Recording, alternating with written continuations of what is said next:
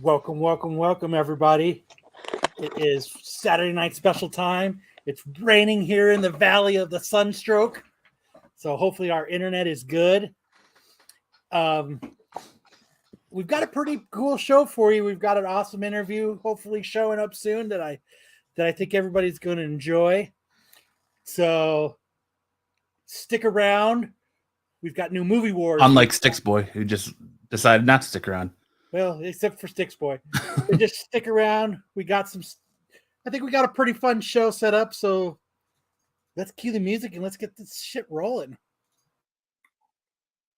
Warning. The following video contains material that some viewers may find harmful or could be traumatizing to some audiences and doesn't reflect the opinion of Renovision. Viewer discretion advised.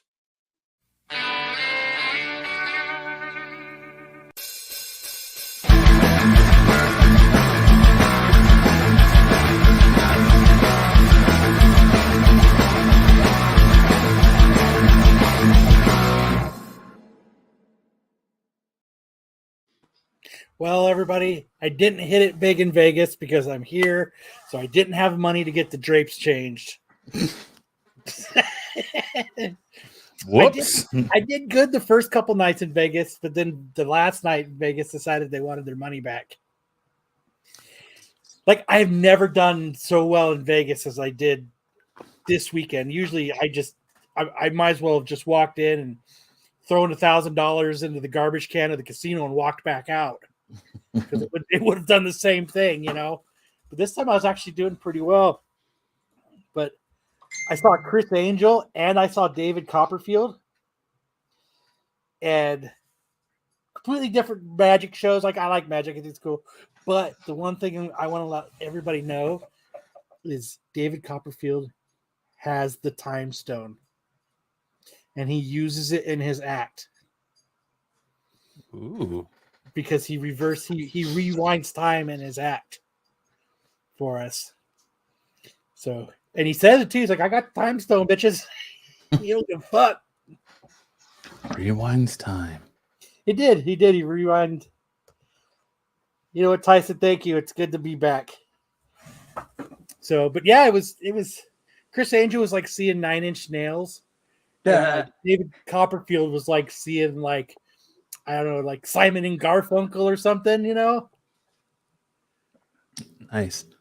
But they're both, so just letting you know that, you know, I don't know if he got the time stone from Loki when Loki was, you know, in the, you know, where was that at? He was in the where was that office he was at where they had the that TVA? Yeah, that had that. I think David Copperfield went there and took one of the time stones from that drawer. Maybe David Copperfield is Thanos in disguise. But it was a pretty cool show. But yeah, I've never seen so many fucking little kids in Vegas in my fucking life. Were there a bunch of chicks at the Chris Angel show? Was he wearing football pants? No. He was wearing like tight spandex, black, glittery type of pants. Oh, Jesus. He wasn't wearing silver and black Raiders football pants? With his chest peeking out of a tight tank top shirt and some black eyeliner. I think at one point I don't even think he was wearing a shirt. While he was waiting to mind freak you. He's still living in that. I mean, he's like, it's like his style. It's like you're like rocking the Chris Angel. Dude, it was cool as shit though, man. Like, I know the shit's fake, you know, but I was like, how the fuck do they do that shit? Like, he climbed up this tall ladder and like walked out it like vertically. And then like he does his levitating thing. Woo! And then fucking did he do it like that? Woo! Yeah, he was like, woo! What's up, bitches? I'm Chris Angel. And he like lowered himself into like this like hamster looking ball, and they shut the lid and he's still like levitating inside of it. Like, okay, is it magnets? It can't be fucking wires because they closed them into like this other thing, you know what I mean? Like, is he looking for cheese? What? Yeah, is he looking for cheese now that he's an hamster? Yeah, and he was running like this for a long time. Eating cheese. And then they wheeled out a giant bottle and turned it up on its side for him to drink out of. I don't know, man. No, it was real. It was crazy though. Like his opening act was like, you know how they swallow razor blades and then they swallow floss and they like pull it out and it's all tied together. Dude, he swallowed the razor blades and then he puts like this camera down his throat so you could see him like cutting up his throat and shit. Like what? He was cutting open his throat on live camera? Well, like he had a bunch of razor blades in his throat, you know that trick, and then they. Oh, was it bleeding?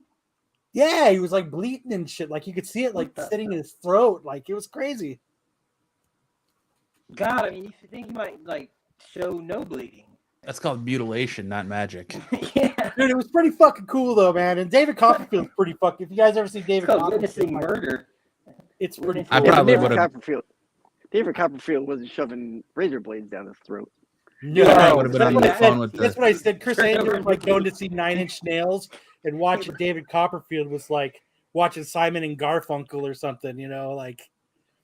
Two different sides of the spectrum. 9 Inch Nails concert and changed. I would have been on the phone with the suicide prevention hotline, be like, "This man is doing unspeakable acts with razor blades." Lock their phones in the thing so nobody could call. Oh my God! Isn't that what they did? Lock your phones up, or? I tried, Ed. What I was going to do is if I hit it big in Vegas, I was going to buy new curtains. But You think that's crazy that they make you lock your phones up. What if you needed to call 911 for an emergency? There's enough people in there. Yeah, like David Copperfield made you lock your phone up. I think he does that. Well, first you don't record because they're super anal about that because it's like a copyrighted show and they probably don't want to give the, you know, have people be able to do it. But like, so what happens is you email him at the beginning of the show, and then he does all this stuff. And what's cool about David Copperfield is it's a very audience and interactive thing. So he's always picking people out of the audience to do stuff.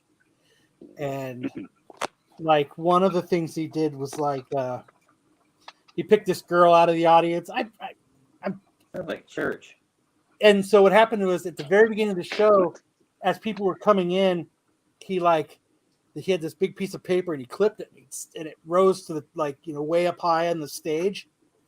And he had this girl come up and he was asking her questions and stuff and then said, you know, who's your favorite like actor? And she wrote Brad Pitt.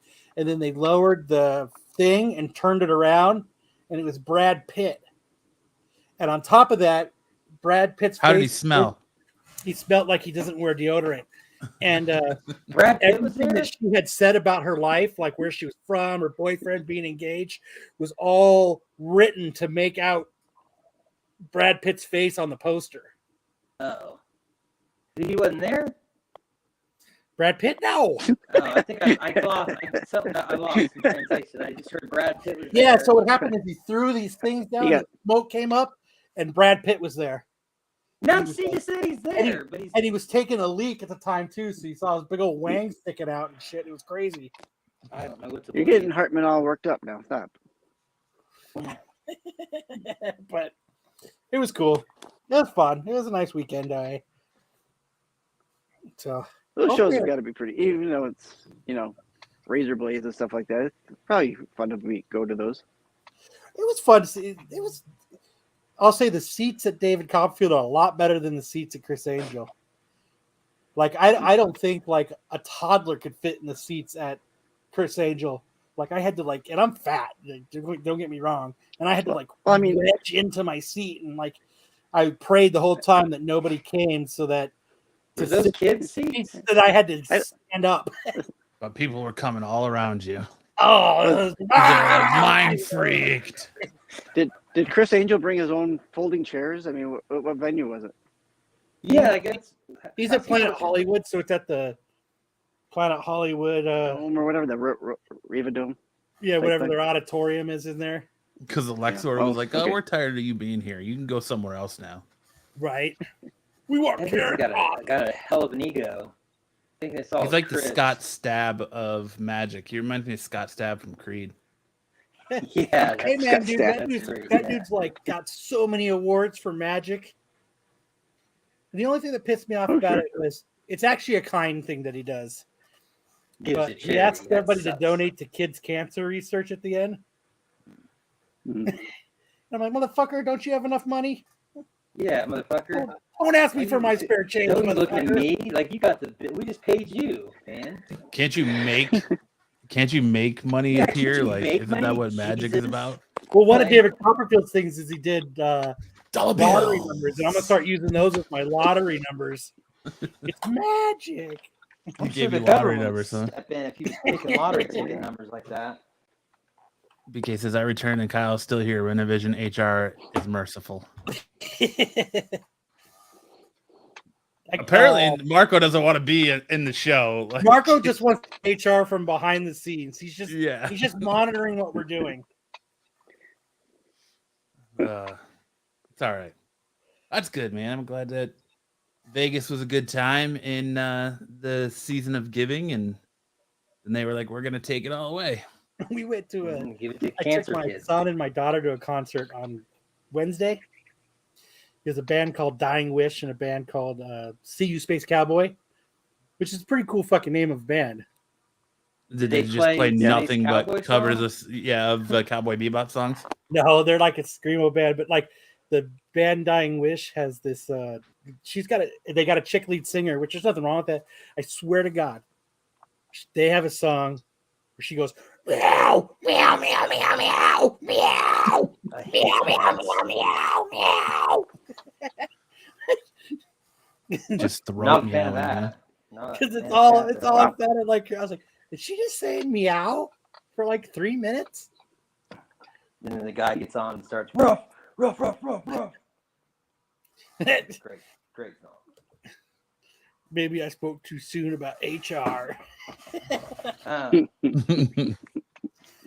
Well, I guess as we're waiting for our guests, we could probably get into a couple news stories. Oh no, Dad is here. Plenty happened this week. What happened this week, Sticks? What do you got a story to share? I said there's plenty to talk about with trailers and stuff going on. So Yeah, let's get into that. All right, let's get into some news here.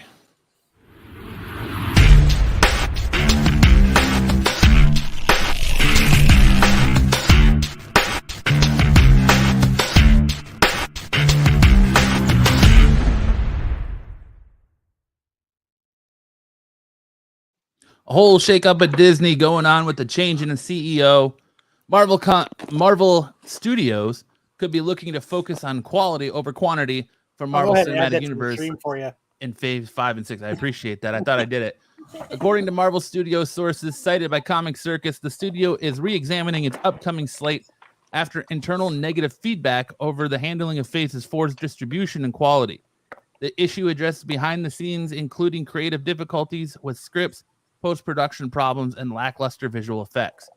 To prevent Phase 5 and 6 from continuing down a similar path, Disney could ensure a creative oversight on MCU projects still in the pre-production stages, which in effect could see future projects delayed or outright canceled. So this is how I imagine that meeting happened. They're sitting there, Feige and everybody standing there, and they're like, damn it. They noticed the shitty effects in the fucking CGI. Feige, you told them they were so dumb they wouldn't fucking notice. No, I guess they're paying attention more than I thought. Now we're gonna have to redo everything. No. They won't notice in Phase 5. If they notice in Phase 4, Feige, they're gonna notice in Phase 5. And I think that's what happened. And then two of the guys go, you know what we got to do, right? He goes, what? We got to kill Feige. I think Eisner came back and was like, "What is this shit?" and threw his water down on the table and it splashed everywhere. And he's like, "This MCU stuff is horse shit," and got all Everybody's fucking knocking off fucking charts and shit off the. He's like, and just clears the table and throwing things everywhere, ripping stuff off the wall, ripping comics in half, eating them, going, "This is not the Marvel projects we put out. Get your shit together, Feige." And so now they're gonna re-examine everything. Then he looks at us and says, "This is how you do the wall breaking." and then he pulls a She-Hulk, and then gets rid of that. I blame it on She-Hulk. But one Blame good it thing on you could She-Hulk. one good thing you could say is at least they noticed, and now they're going to make sure to do something about it. Well, they had to. I think They can't not have. Reference like people being pissed and some shit that was like what they call it, the MCU. I heard something about that. Well, I don't think it has anything to do with that. It has to do with the lackluster special effects. Like, if you look at movies, the special Endgame and effects, Endgame, and then pre-Endgame, and all the special effects were really good. CGI was really good. And then after that, it just kind of went downhill, and it's been I don't think that going downhill. oops, sorry, screwed it up though. No, you could see Can that I they say- kind of can I cut say corners that on on here? I CGI. forget. Well, they've been embattled with allegations coming out that they're overworking visual effects crews, and they've to the point where and underpaying them, and now they've tried to start their own VFX company in house, and there's a lot of Ooh, that's like, man, I wouldn't want to work there. claims being made about the way You they're know what handling that sounds things. like almost every company I would not want to work in America. Disney's Overworked, underpaid. But those guys that work the Sounds shit out of familiar. those other guys. No, we're a different company. Next thing you're chained to Definitely the being wall, overworked and underpaid. chained to a computer. I wanted to say something sarcastic, Mickey Mouse. What do you think it's going to be? Of course, I'm going to overwork and underpay you. Oh, what is this shit? You think we're going to pay you? It I'm gonna is sit a back at Mickey the Mouse computer and operation. get that right. I ain't paying you. I ain't paying you to sit here and look pretty. I need my money to fuck whores, huh? Like, what does he do in South Park? Yeah. What is he's working this little? Him and Randy are the reason that the coronavirus started. It's Mickey Mouse's fault. Oh, man. But I'm glad they noticed. You could tell that they pay attention. I don't know if they truly pay attention to like shows like this or not, but like I think they they must be do. paying attention to stuff like this because think show they after show and article after article showing that we are noticing that the CGI is a little bit lackluster. Yeah, I'm pretty sure when the transcripts come out from that meeting, they're going to actually quote Absolute Geek Podcast and everything we've said about I hope so. CGI. And We need to calm that fucking pile down. I think that the And word spread. Like, I mean, it's shit gets to Facebook and shit gets to YouTube, and then everybody starts. Oh, yeah. People are listening to that shit. yeah, the internet mill runs rampant, right? I mean, it spirals just like the CGI is done. It spirals right out of control to where it's not good anymore. Just like the internet, it's not good anymore. Just like the Too many- internet. Too many people getting mad for stupid reasons and trolling, and it's I'm not crazy. getting mad at on that. stupid reasons. What are you talking about? What are you talking about, man? Like I love posts on Facebook. I love it. People just love like start shit. Like I posted a card. Somebody said it looks like a murder weapon, and I'm like, yeah, it looks like you killed somebody. Like, Jesus, I'm not gonna tell anybody on the internet what my plans are. Like, geez, fucking make me kill myself. Rude people. I think he's lying. I think there's a blog out there that Hartman has written somewhere that you can find that outlays his entire plans. No, I made a Jordan Hartman's one. death It looks cards. like a murder weapon. Kill the game. Hartman's manifesto. It's Hartman's camera is what I see after 12 hours on mushrooms. My camera is what you'll see after drinking a bottle of rubbing alcohol, Oh, fuck, according man. to details. Yeah, What's HR doing? Hartman's camera looks like what chicks see after they've been roofied at the bar. Oof. It looks like HR is reading a book. What? He's writing up your performance review. What was that? Put me in for a raise, boss. Did you have Marco Riggs, like a camera, like in his We do. We have a Is that hidden Marco's camera in Marco's OnlyFans office. website? He doesn't know. Hey, You guys need help? Marco's OnlyFans. You guys need help running a show? You don't know how to run a show? You can't create your own content? Uh-oh, boys. What is going on with this? Are you here like this all the time? I literally just got back from a con real quickly. I'm like, is this dude here all the time? Like No. this? Like, and we don't see his little. Kyle square? said there was nobody on this show and that he needed somebody to do it with, so I There didn't wasn't. even It was unload the literally truck. me I and Matt, jumped and I was onto the show right away.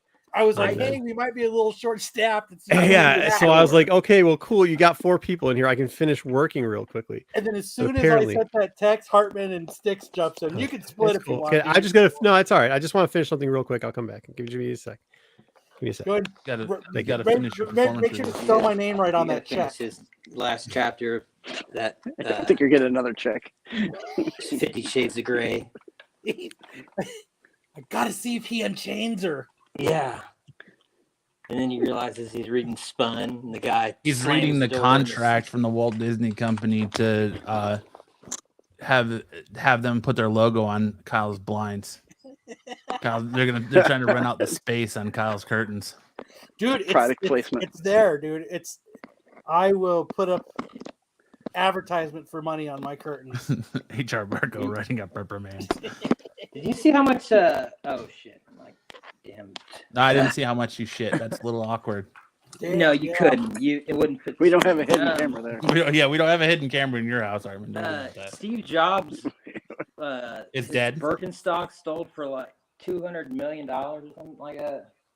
Something ridiculous. His pair of Birkenstocks? His pair of Birkenstocks. Like, those better be Gucci. They probably smell Yeah. like pine cones. Probably smell like success. Yes. Employer review. Kyle recommends 3-month sensitivity training. All right. $220,000. I'm sorry. It wouldn't be Arizona boys if we didn't talk about the king of Arizona, the god to everyone in Arizona, the Todd Father himself. Ahead of the release of Batman Spawn, the latest crossover between DC and Image Comics, to star brooding vigilantes, Tom McFarlane is sharing a career callback to the white sketch of The Dark Knight from 4 decades ago. My first ever print art from 1981, McFarlane tweeted, 41 years later, and I'm still working with Batman. The drawing, which a number of Twitter users compared to the comic artwork of Marshall Rogers, was originally published in the letters pages of the Comics Journal. I was going to let Kyle, I'm going to pause for Kyle to tell his story about the time he told Todd McFarlane and Greg Capullo the funniest joke ever. So we were at con, and I told this joke that was so funny. I can't even repeat the joke because HR Marco is here. But they thought it was so funny that I was walking away. They were still laughing about it, as you can see in the back of that picture. It's a very offensive joke. This is not the greatest joke in the world. It is just a tribute. I can Kyle tell the can't joke. remember the greatest joke in the world. Okay, I'll tell the joke. You ready? How does a gay guy fake an orgasm? He spits on the other guy.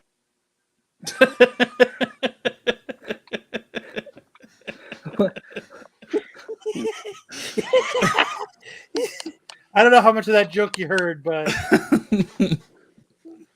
ask him to sign your lunchbox. I remember the dude behind me in that picture. I think it was because I think Brian was there too.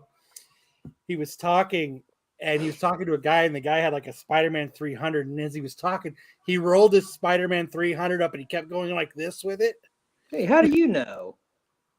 because I was standing there. Oh, about the how does a guy's fake his orgasm? No, Anyways, did you hear the whole joke? Yeah, I'm Okay. making a joke on that joke. original Todd McFarlane, first published art. There you go, is in the letter pages of the Comics Journal. So don't listen to any of these other sites that lie to you and be like, no, this is This is first Todd McFarlane art. It's not. Todd himself has confirmed what his first published art is. I've been moved up to 12 months of sensitivity training. What's going on there? Is that him with Robin? No, that's him. Like, That's a whole lot of cape. yeah. Well, it is McFarlane. I mean, The he's front known cape, for a whole too. lot of cape. Wonder when our guest is supposed to arrive. I'm thinking. I was wondering that Looks like question you- myself because I'm like, is he in LA? Because then he's an hour behind us. Oh, So that's that his means he's arm. probably not going to show up until 6. Oh, that's right. Good The point. tripping hazard. I was like, where is this guest to save this Yeah. show? Well, we'll just keep going until he shows I- up. Those are the Jinko I got the jeans I of got the capes. notification that you were going live, and I forgot an hour difference now with you guys because you guys don't have daylight saving time. That's because we're awesome. Well, And we like to save the daylight, so we're better. yeah, we're energy savers. conscious over here in New York. Mhm. They're like, you farmers can't grow anything in the desert of Arizona anyway, so you don't need daylight savings time. Cactus farms and coyote Yeah. ranches. Wind farms. And... Yeah, We don't have that's But- it. fucking wind farms here. We do. They'd have to have wind. They have wind Because farms. That's right. Because We we have wind. We don't sell have... bottled fart jars. And we need wind producers. Probably supposed to know, is Hartman wearing the Zodiac hood behind that Vaseline covered lens? Vaseline covered. It's cracked. Cracked Vaseline, whatever you want to call it. He's I the don't son use of the son of Vaseline. Sam. Relax. Hartman just wants to watch some movies. You talking about Dahmer season 2? What is that Dahmer. noise? Hartman's scratching off scratchers in the background, hoping Oh, that is he that? can Damn, That that's was- win Big, enough big. money What kind of mics to are get these? his camera fixed. That 7 is and the 7. new name of my cover 11, band. damn. Thank you, Repair. A whole lot of capes, yes.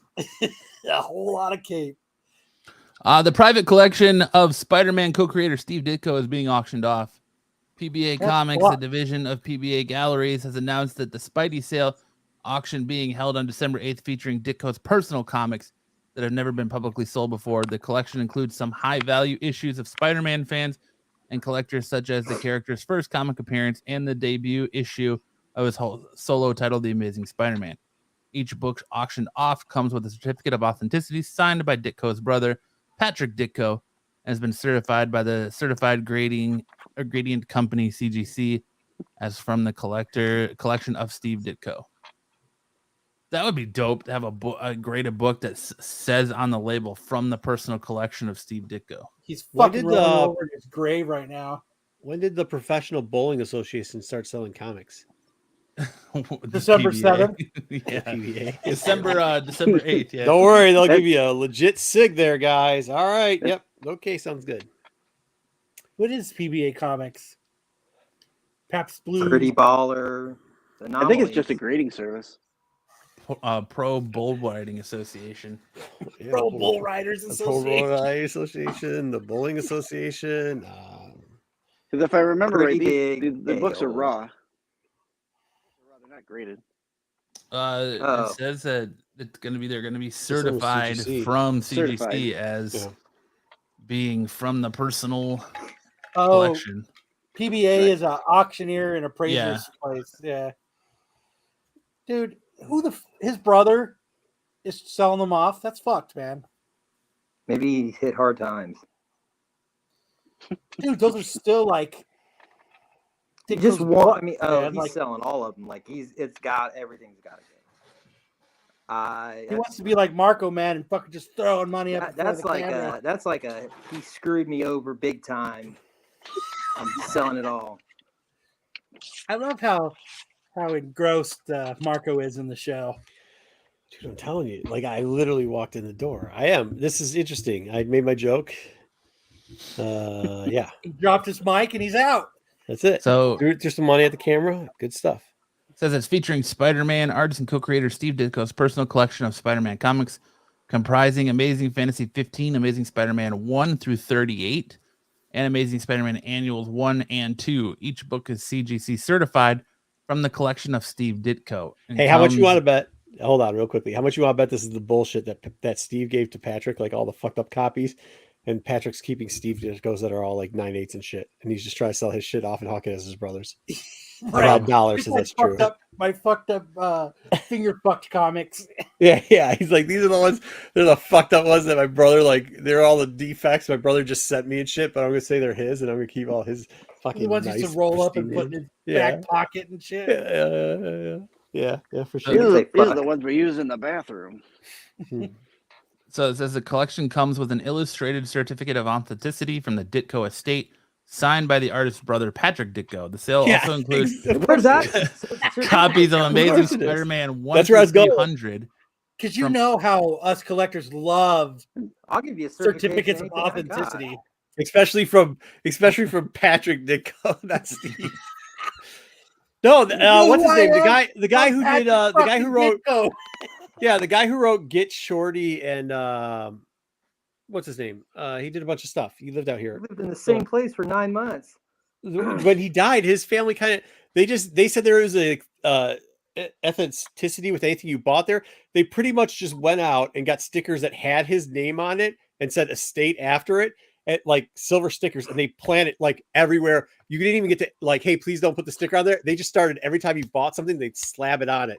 So if it was one of his books, that he wrote, slabbed it on it. If it was a piece of furniture's house, slab the shit on it, and that's it. It's like, well, fuck. All you need to do is go print out the same exact stickers. You could slab that shit on anything.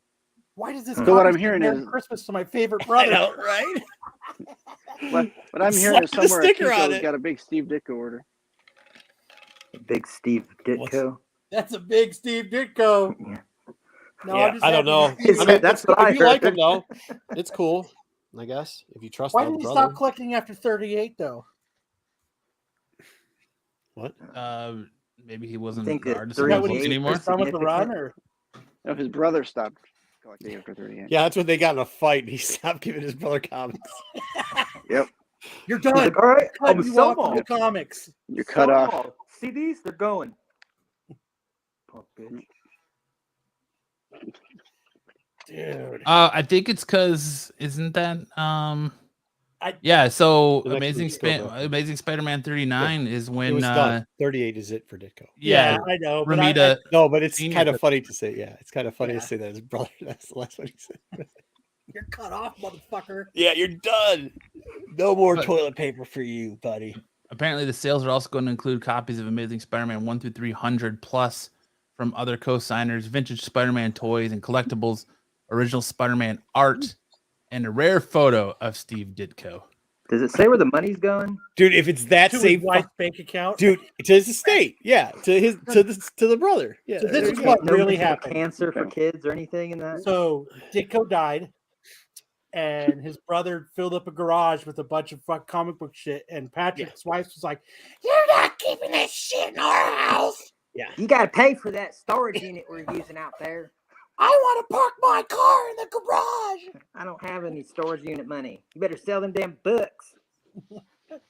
You guys got problems. New purse. We're probably going to see a new high sale for Amazing Fantasy 15 though too, just Oh, because for of sure. You can't get the book. This says Steve I don't know, Ditto dude. in You the know that book. stuff's been down. It has been down a lot lately, like almost 42%. Actually, it was really funny because we were talking about that book today because there's that one.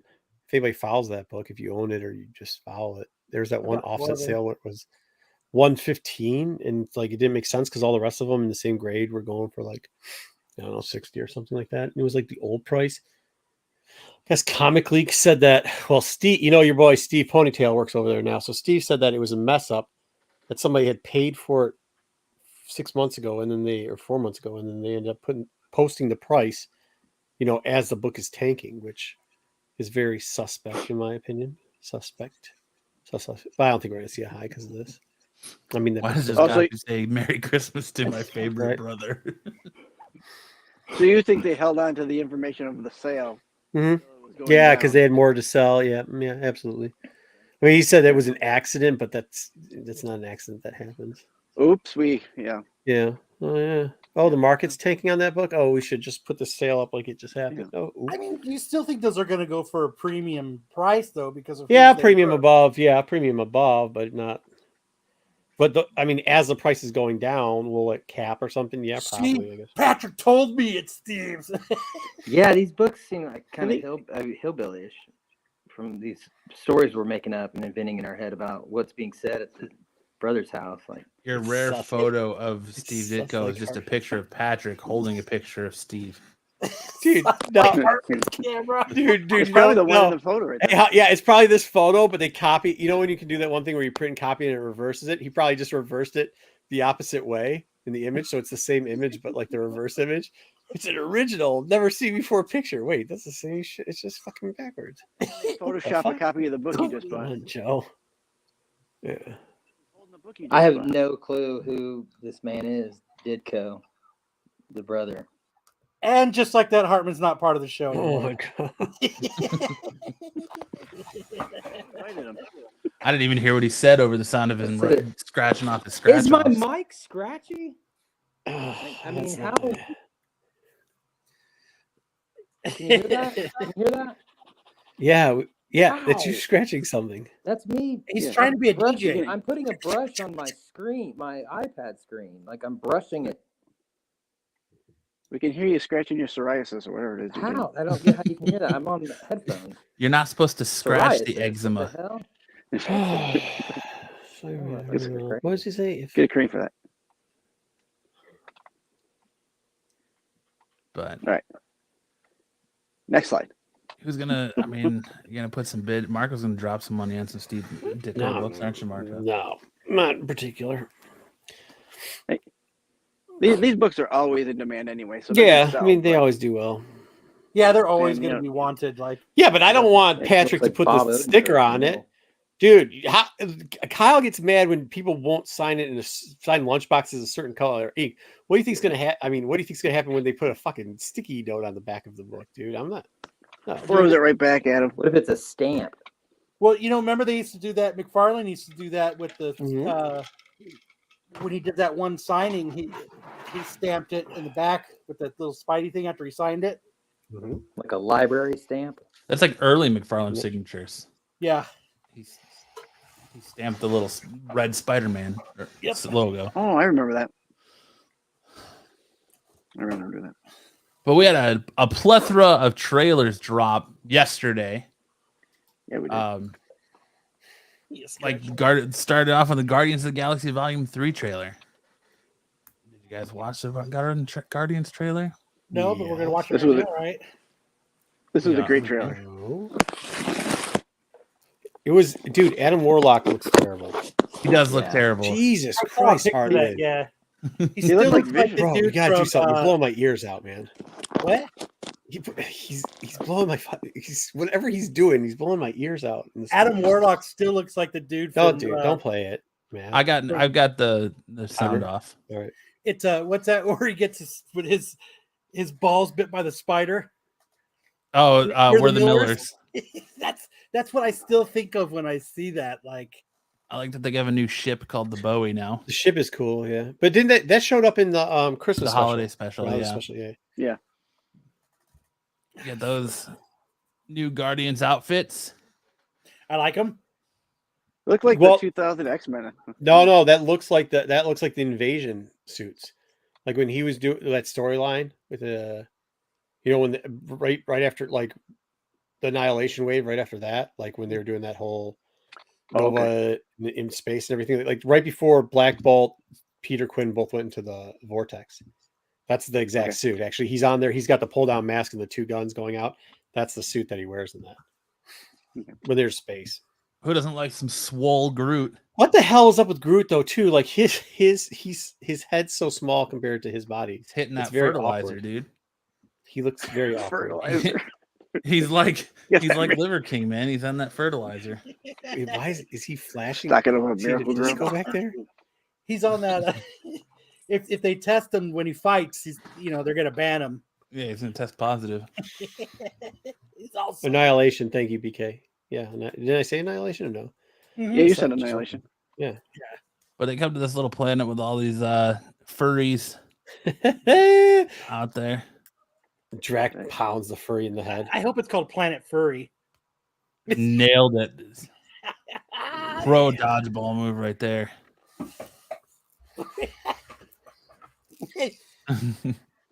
Like they all revolt and start throwing things at him, and I don't like know, to man. nail that kid with the fucking ball. That's fucking awesome.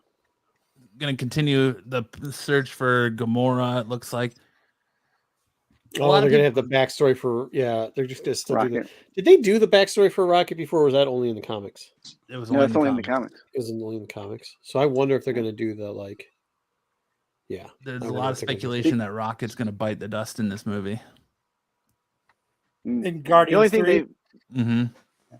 they've ever said was that he was I don't think he dies. Yeah, I mean that would seem. Drax, Yeah. Rip, Gamora, Rip. So they have Rocket, today's Rip. from that planet sticks. Say again? Yeah, what looks like Among Us, They'll kill Star-Lord. a real live version of Among Us. That's interesting because Star-Lord did look kind of bad in this movie. Or this whatever. He looked bad in the Christmas thing. That's the rumor. What, do you think Star-Lord's gonna die, and then you get your first shot of the past Gamora? Well, they are carrying Star-Lord. That's interesting. They are carrying Star-Lord right here in this shot. Nebula has him. With just buff Groot. Like, did they just put Vin Diesel in the Groot suit? He They did. probably put He's fucking ripped, dude. It's awesome. Hulk's son in the suit. They're like, look, our CGI budget is non-existent anymore after She-Hulk. We need to make sure we use practical effects now. Like Some Repair man said, things got to be practical, and we got to put Vin Diesel in the Groot suit now. proof he's been furting. That's the budget cuts from Chapek. You got Rocket drinking a Slurpee. What else is he gonna do on that ship, man? But push-ups. Rocket's done running. Oh, if you saw the Christmas special, he does something stupid. Butthole in space. I was thinking it, but Hartman said it. What'd he say? Giant butthole in space. There's always got to be one.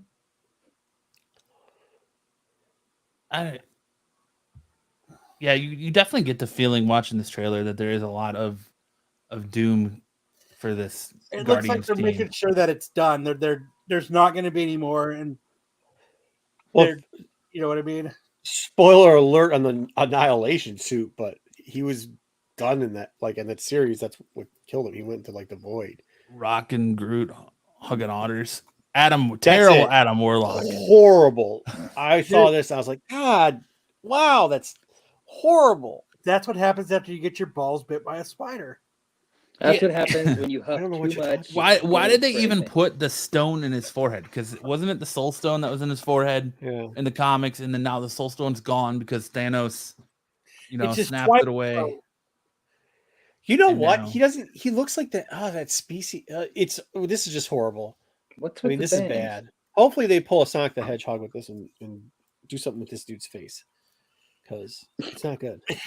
You know what they should do with his face is get someone else to do it.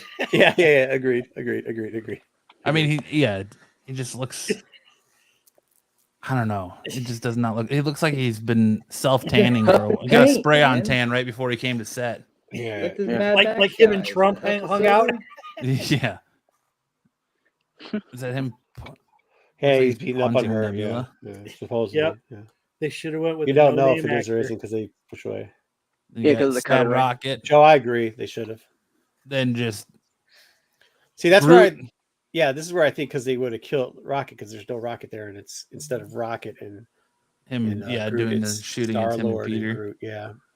Like look at him. He his whole waist came apart to grow more arms to hold guns. I mean, it's going to have its cool scenes, right? We know that, right? Yeah. Oh yeah. Those are a lot of guys in just Doctor find Jackets. it. Maybe they kidnapped Rocket, and that's where they're going is to get him back.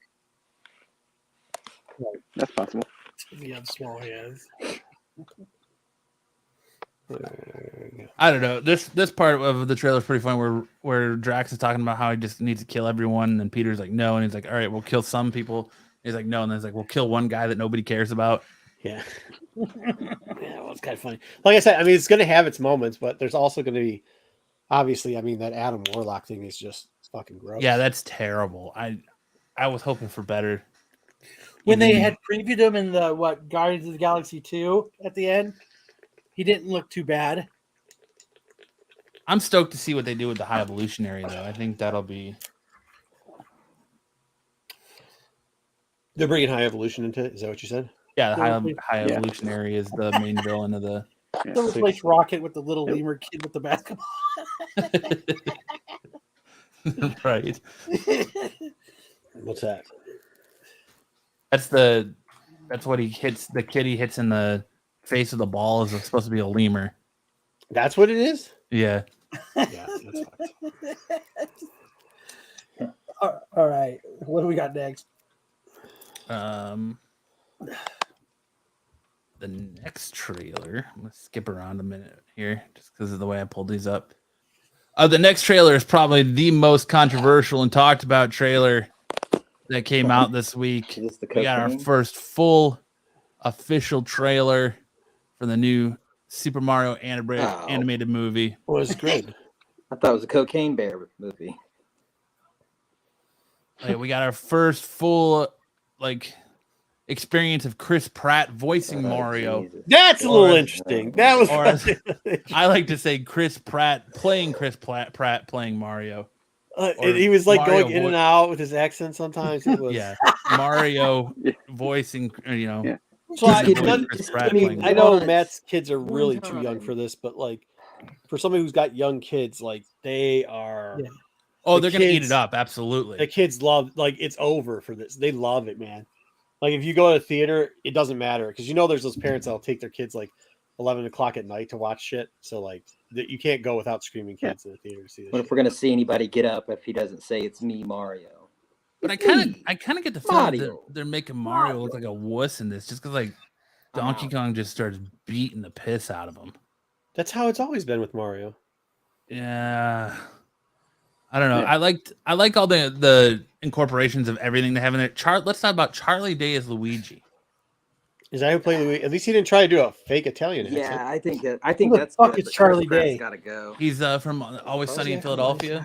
Charlie Is he Day. the annoying He's Mountain the Dew guy? angry boss. Yes, he is. guy. And he's also in Horrible Bosses. He's like the dude that sniffs all the coke in Horrible Bosses and starts like freaking out in his car. Yeah. Okay. So I mean, does he do a good Italian plumber accent? He doesn't do it at all. He's Yeah, he smart. doesn't do an More of accent a- at all. He just Yeah, talks more on of a normal. Help me! I'm in trouble all the time, friend. Hey, we need you to talk like an Italian plumber. Nope, not gonna do it. Jack Black Yeah, as but what was Bowser the is really problem? impressive. Jack Black's browser's good. I liked Pratt's gotta go. I can't think of her name that plays Peach. She's also Magic in New Mutants. They should have done something different with Harvey and I have to agree. They should not have Pratt do Mario. They should have. No, they should have. Yeah, they should learn from Sonic and take this time to go back and redo the Pratt. voice and not. Yeah, have just Chris be like, Pratt. okay, Chris, here's your check, and get somebody else to do it. Dude, I didn't play a lot, like half these games because they were out well after I was an adult and didn't play 5-year-old games. But like, apparently the whole Toad world's really popular. I did like that they did the whole the Mario Kart, like when the Mario Kart thing shows up here at the end. Yeah. Kids lost their shit. Lost Is it their shit. Grandpa This is funny. Kong is in This it? is funny. That was Joe's going funny. Anna Taylor-Joy. That one too, they lost their shit at. I mean, the jokes in this they thought were this joke they didn't even think was that funny. I thought it was pretty cool with the fish, but whatever, they didn't care. This is the universe, though, right? This is gonna be. Yeah, it's all of them. It's all the games. Oh, So like yeah, it's gonna. I you're gonna love have, like, Anna a Taylor-Joy. Incorporate the Donkey game. Kong And movie, I- probably. I've seen a lot of people online being like, "Oh, Mario is so woke now. Like it's so like Go back- what was that before LGBTQ that? friendly." this? What's up? What? Because there's a rainbow in it? Yeah, because of the There's- Rainbow Road, Because and it's like, Rainbow Road's part of Mario. yeah, It's like, he's what not you know, gay, that's it's Mario just- Kart, man. That's not Yeah. like Oh, that famous the level. flower. Oh, it's a whole thing. Yeah, the fire. They show all the The- different costumes. yeah, Are he's they doing got frog? the They're gonna do raccoon frog suit. costume, right? They're gonna do. I Frog hope costume. so. Yeah, you they gotta got it. think they're gonna do all of them. I hope he Is gets he- in a Fire raccoon crotch. costume and goes behind the screen so we can't see him. See, I'm flies with eight. That'd be funny. He's definitely riding a Louis or a All the Yoshis. a Yoshi, isn't he? He's got to Yeah, ride a I think so. Yoshi, right? I would think so. If you haven't even rode a kinda- dinosaur, you haven't lived. Yeah, there's the And there's Mario, Kart. Yeah. Dude, who's gonna get hit with a red shell? Somebody's got it, right? Or a banana peel. They gotta leave a banana peel out. Like this is the This only thing, I part. still throw banana peels out behind people that ride my ass. Yeah. This is the only part I feel that Chris Pratt did a good job on of the woohoo with these like Woo! spinning out on the Rainbow Road. Hey, what happens when Wario shows up? He'll be played by Chris voicing Pratt. Wario. Yeah. And then Dr. Mario shows up. They Take could your have hired medicine. the dude that did the voice for the Dr. game. Mario shows Take your up. medicine. Dr. Mario. You got to think that there'll be a scene where he somehow is like goes into the original It's Mario me. game, right? Where It's he's me, the little Mario. the pixel blocks instead of Where the movie goes all 8-bit. yeah, he goes That would be 8-bit cool. instead Do you of think? the I think that 3D. was the point of Okay. Kong beating him up, but because So that's who kind of like plays the Donkey original. Kong Because in that? Kong in the original one was. Oh, are you talking? Fred Armisen plays the Grandpa Kong, right? Or have we Huh? not looked at the voice actors that are in the movie besides the main characters? No, We were talking about a trailer. That's all we were talking about. The trailer. It's what's the Mario movie called? Just Mario? Because they've It's got the some Super big Mario name Brothers actors just to movie. play some Super throwaway Mario characters. movie. So Yeah. Seth Rogen is Donkey Kong. Stick. Okay. Stick. Who? Keegan who Michael is, Key. Yeah, is he's Toad. right. Fred Armisen is Cranky Kong. he? It's like And Donkey that's the Kong's original grandpa. Donkey Kong. So that's the one that was Who's the what, first Marco? game, the Mario game. Oh, That's who it is. Illuminaris House or whatever. Who owns that? Illuminaris Studios, the people that just did this movie, and they've got a bunch of other shit like on deck. Illumination Studios. Sony, Illumination I think. Studio. They, It's yeah, Sony? they make all the like the Minions and shit? Despicable Me movies. Yeah. Yeah. Dude, they're killing it. But- They- Oh, they- so everybody. DreamWorks. They're owned by NBC Universal. No. Oh, they're killing it right now, dude. It's just going to cost them so much money to make the sequel or anything. Chris Pratt's going to be in here eventually, right? Is that too much money? They could just Well, hire after the first one, dude. they'll just go to a direct-to-video stuff. They don't get Oh, no way. No way. On Well, I Patrol think- Live is showing up at Hartman's house right now. What? What are you talking about? Your camera's like flashing in and out. Dude. I've got it covered. You stroke. It's crap. What So- is? Got to put a warning for photocentric people. You're talking shit about a $500 device. It wasn't cheap. Just need to get the screen replaced. Like, You bought a camera for $500 that you no, don't. it's an iPad. Oh. It's an iPad and it cracked. I was taking the case off of it and it ripped the sides of it and shattered the whole thing. It's cool, Harvin. We're just razzing you, man. What? I'm lost. Okay. Anyways, I think Mario's gonna. I think it's gonna hit. I think everybody's gonna love it. People obviously are gonna try to they'll love make it, hate, but- like, because people hate everything, but like, Fucking Yeah. Chris Pratt how's that sucks bad? with The What, voice. Chris Pratt sucks at the voices. dude? For real, man. Nobody gives a shit. Kids don't care though. It's Nobody the gives kids a that shit. don't care. Yeah. Nobody's gonna give a shit. Zero shit's given. Like, The seriously, 40-year-old there's people that have played Mario Brothers their entire life that are gonna only care. Jesus Christ, Leave me your comics. How many comics do you think I own? Hit the bell. Hit the bell. BK got it. No idea. BK got it. Jeez. Oh man. No, I mean, it's good to see that Mario's finally going to put out like something that's really successful, which is good because Is Peach gonna most put of the out? stuff that came out for Mario is kind of shit. So good to see they're finally doing something Peach good. gonna put out. Come on, Harvey. He wonders why his screen's crashed. Saw a lot of fire in that hand, but nothing. Then the next trailer we got this week, yesterday, was Indiana Here we go. Jones 5. You call him Dr. Jones. Oh, jeez. Indiana Jones and the Dial of Destiny. Indiana Jones and nobody wants this shit. Oh, dude, I'm going to the movies to see it. I love Indiana Jones. I like Indiana Jones, but fucking come on. From the fact that it's World War I like, II. and no, he's sorry, fighting I don't like Nazis Indiana in it. Jones. I like the first two Indiana Jones movies, and I'll watch number 3. I'm in Indiana and I'm not gonna go see it. They named the dog Indiana. I have a sneaking suspicion that this movie it's gonna be filled with a lot of flashbacks. Like you're gonna see like him reminiscing about an adventure we never saw, and I think they're gonna do a lot of deep fakes to de-age him. Can I ask, Oh, sure. go ahead. Can I ask a question real quickly? Go ahead. Obviously, I don't follow celebrities or celebrity news. Is Sean Connery alive or dead at this point? He's He's dead. dead right now. Damn. He's been they're dead not for gonna a do while. shot. Okay, He's go ahead. I'm dead? just thinking about flashbacks. Yeah. So, all right, go ahead. Keep going, Matt. They might be able to deep fake him. Who knows? But They could have cutting floor stuff from. They Last sold Crusade. his soul for a certain amount, right? because how is he still fighting Nazis Nazi zombies. Oh yeah. when he's like 70 years old, 80 years old? It just doesn't compute.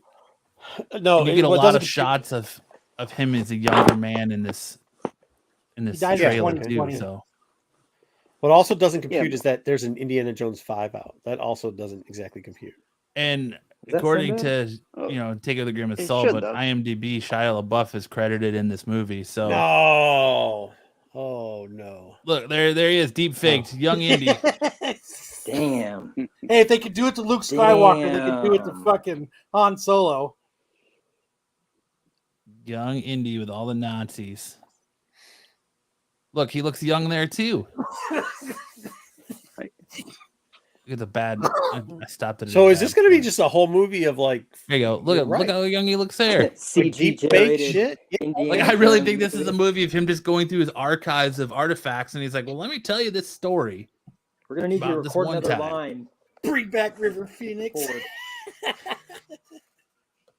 And then all of a sudden, Top Gun's going to come flying over him, and they're going to call it a day. Doesn't this look like a documentary where Old Man Ford's talking about when he used to play Indiana Jones? Yes. Mhm. Back Dr. in my day. Jones. Let me tell you a story, Sonny. What did Oh, he's driving the Millennium Falcon right there. Yeah. What was that? Yeah. Daddy. Yeah, that's awesome. Chewie's over on the right. What the fuck? What the fuck is this shit? Now I'm totally going. Oh, I thought I was gonna. Why? I don't know why I didn't nail that one. So instead of Top Gun, it's gonna have Star Wars in it. Okay, fine. That's how they're gonna bring back fucking Han Solo and. When I Get rid wasn't of those looking last for two movies. artifacts, Sonny, I was in deep space. That's what it's gonna be. It's gonna be a crossover venture between him and Han Solo. Dude, that would be so awesome. That's why I said it. With that one little image there, those He even stones looks of Sala. de-aged there. Like he doesn't look 70 there. But he looks 68. Yes. No, I don't think he moves that well. So No, he's old as fuck. The Oh, he's got Untold Adventures. 5 Oh, stunt those double injections. stunts. There's no way he's running across the road. So I hope it doesn't crush a Millennium Falcon in it. Do a golf course. Yeah. dude, I saw a plane accident into a tree, and I was like, "Oh fuck, Harrison Ford did it again." I was like, "No, two other people got in an accident." Dude, he's fucking 80. Yeah. Oh, Did Ed they just- live? Yeah. No, I was Shit. giving him. I guess I was just giving him 10 years. My bad. I just Yeah, gave I him mean, fucking 80. He was big in the I- 80s. you know what though? Hey, listen, at least they're not trying to do a whole movie with him being old ass 80-year-old crotcheting around like Sylvester Stallone. That's It's like, 6. hey, let's go on an adventure. Crotcheting One around. more time, and you're like, Jesus Christ, dude, 80 you to couldn't do talk through your 68. 20s. You get subtitles on the screen. Oh. Hey, we're Get gonna off my lawn!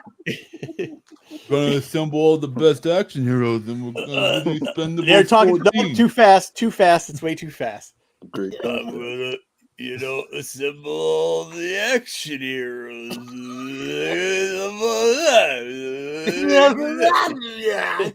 Like, what the fuck is that? Somehow he went from Sylvester Stallone to Tasmanian Devil back to Sylvester Stallone. He gets in loops when he talks. Have you ever heard him talk, like do an interview?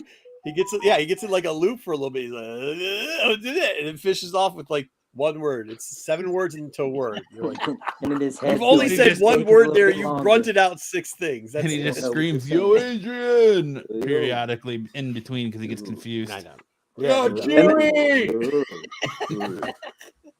And then the closed captioning had like 2 sentences. you do worth about of it? dialogue. And the closed captioning just says mumbles in English. Incoherent rambling. It's just a bunch of question marks. ... And then the so last one, It's Scott got- showing up. It's in the next. Are you 10 going to show seconds. the trailer for Cocaine Bear, or am I No. just hoping for it? You can go watch it on YouTube. They have. It I've there. already seen it. Well, then you don't have to. We're show on it. Yeah, I haven't- YouTube.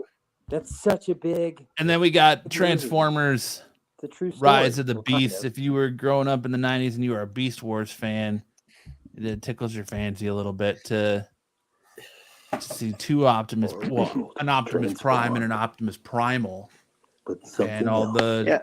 Hey. Beast Wars. Volume, bro. What's that? Nothing. I'm interested to see how this goes with the. I think it's going to be like alternate universe primes. So what's okay? Explain. I never saw the Beast War stuff. What's Beast War about? So it's Beast.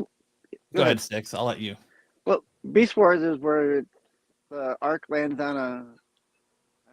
on the planet, but instead of it being like hundreds of years later, it's like they become the animals of the period where there's dinosaurs and apes and cheetahs and things like that. Shit, that looks like a good Prime and a good fucking Bumblebee.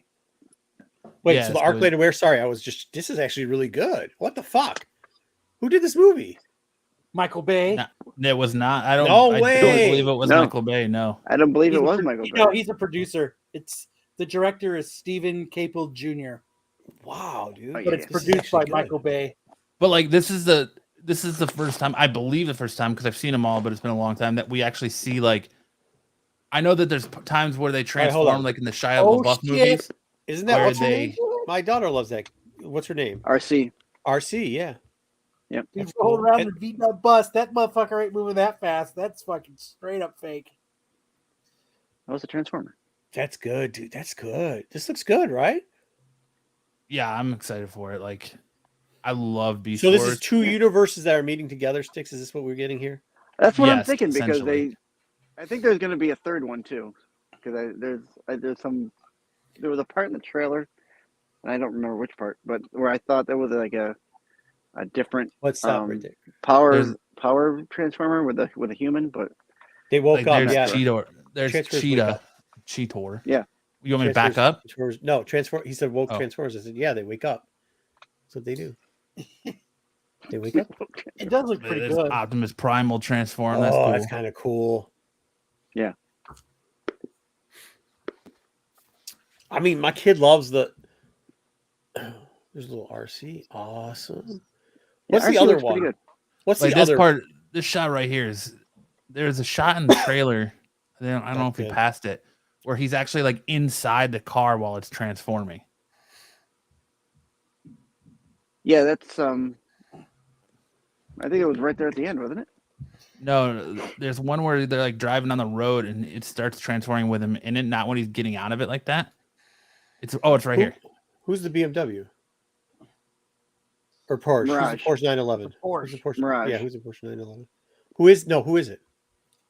Look at like he's inside Who- that. Who is the Getting his- Transformer? I had a 72 beat up too. Yes, who's the Transformer? That is Bus. cool. Matt. Mirage. Mirage. Okay, cool. Mirage. Yeah. So dope Because that at you're one actually getting to see at one like, point he makes transform. different versions of himself. Okay. Yeah, oh, there he is. Yeah. Awesome. Yeah, that makes sense. That's Mirage. All right, cool. All right, cool. That looks good. Stoked Shit, for man. Beast Wars. But and Hartman's all about Cocaine Bear. So, The reason but- why I like Beast Wars, I like it It's too a because I'm gonna be able story. to figure it out.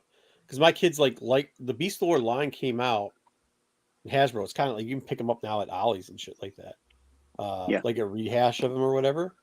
And I know people were stoked for them for a while there, but like, I'm like, what the fuck? They're all animals and shit. And I didn't understand. Like they were like, which is this? I said it's Panther Transformer. I don't fucking know. You know, like what the fuck is that? But whatever. But now it's kind of cool. That's pretty dope. It's funny that Ed says he's a 72 bus and the top speed was 48 miles per hour. I got my 70 Volkswagen like a month ago. I got it up to 60 and the fuel pump went out and shit broke down. I had to get it towed up. Jesus. Yeah. That's why you can't have nice things. Yeah. Far from home too, man. I'm glad that roadside assistance, it's got a nice set of mileage on it because I was like, fuck. You just used it for your Mustang too. Is that Sticks, Ice what's the Cube's other son? what's the other female Transformer? So there's RC. There's Arachnus, that's in Beast Wars. The spider. Okay. I think they're the cheetah one. I think Yeah, there's it's one that's green. What's Cheetor. the green one? Yeah. Oh, that's not it. No. A green one? Yeah, I think she's green. I don't know. Who was the one that was in the original cartoon? RC. Was it RC? Okay. All right. Yeah. Didn't Yeah, Beast she Wars was in have the that movie. crappy animation at the time? Yeah, It wasn't it had animated. the- It was like that weird clay. No, it was like computer animation. Yeah, it was like that crappy animation. Well, it was top for the time. I mean, we're talking 92, right? I know, but it was 93? crappy. Well, It was now top of the we look back line at then, it, but it crappy. was crappy animation. You know how many shows I watched from when I was a kid? I go, man, why did I watch this? Had No like one that ever Totally saw what? Yoko What did no or, one ever see? Reboot animation. If you ever watched the old show Reboot. Reboot? Oh, yeah, that's the same kind of computer generated block computation stuff. What did no one ever Yeah. see? I think our guest is here. Oh, hold on. I think he's getting ready. Just let him sit in the back. I He'll let see. us I know see. He's getting ready. He's Look, waving. let's I go think now. he's ready. right now. It's better than the reboot. I own the 72. TK. What's going on? All right. You want Go to ahead. name that, or you Intro, want me to let him let in him an intro. Go ahead, Kyle. Hold on. We got him. There he is. There's so many Ralph people here. And Joe. Whoa. Huh. It's an interesting thought.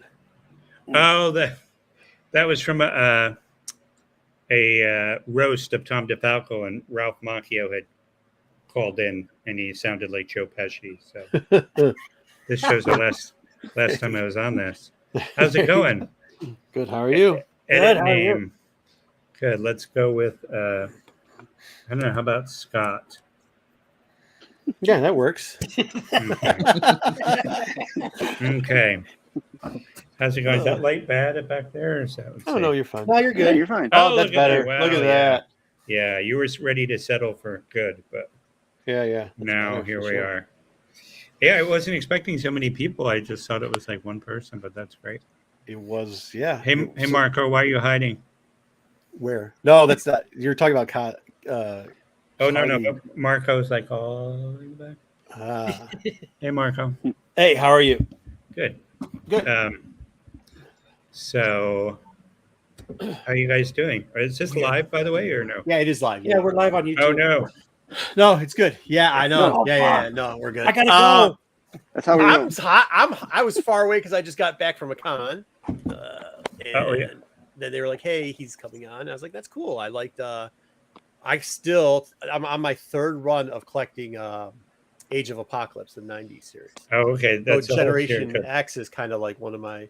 Obviously, I like that part of the run too. You scared me. I thought you were going to say I like that one issue that you did back in No, '89 when you were breaking in. 89. No, Yeah. you're talking about the one Batman / X-Men crossover that you did in. Oh my god! I wish I did. I no, did I? No, you didn't do that. No. No, but I'll tell you though, when I, I walked in the office one day and they're going, "Oh, I can't believe this. This is ridiculous." And I'm like, "What?" And they said, "They just said we had to do a Star Trek X-Men crossover." So Oh, stupid. Jesus. I'm like, "No one touches that except for me." I was like, I was so excited, because technically it would be what was considered a custom comic, that Yeah. nobody. That's where you like cut your teeth.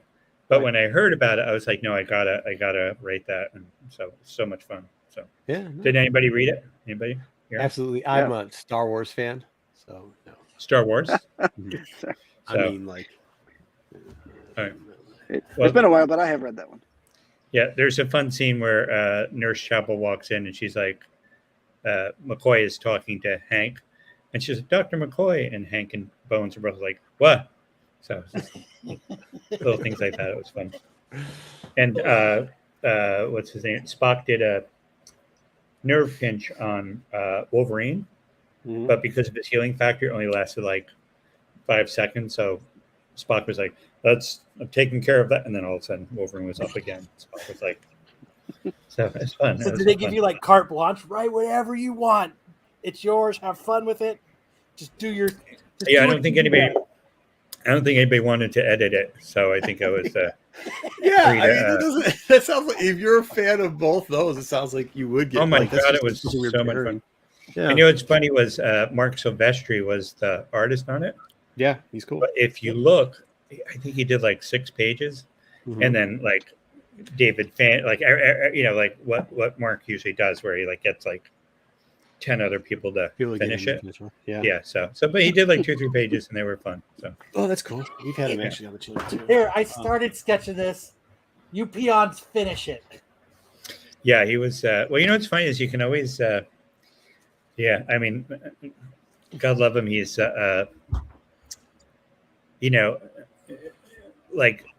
like Jim. If you ask Jim for a bedroom of a teenager, he'll show you the bedroom and all the books and the shelves and Yeah. the games they're playing with. And with Mark, it's usually like a desk lamp,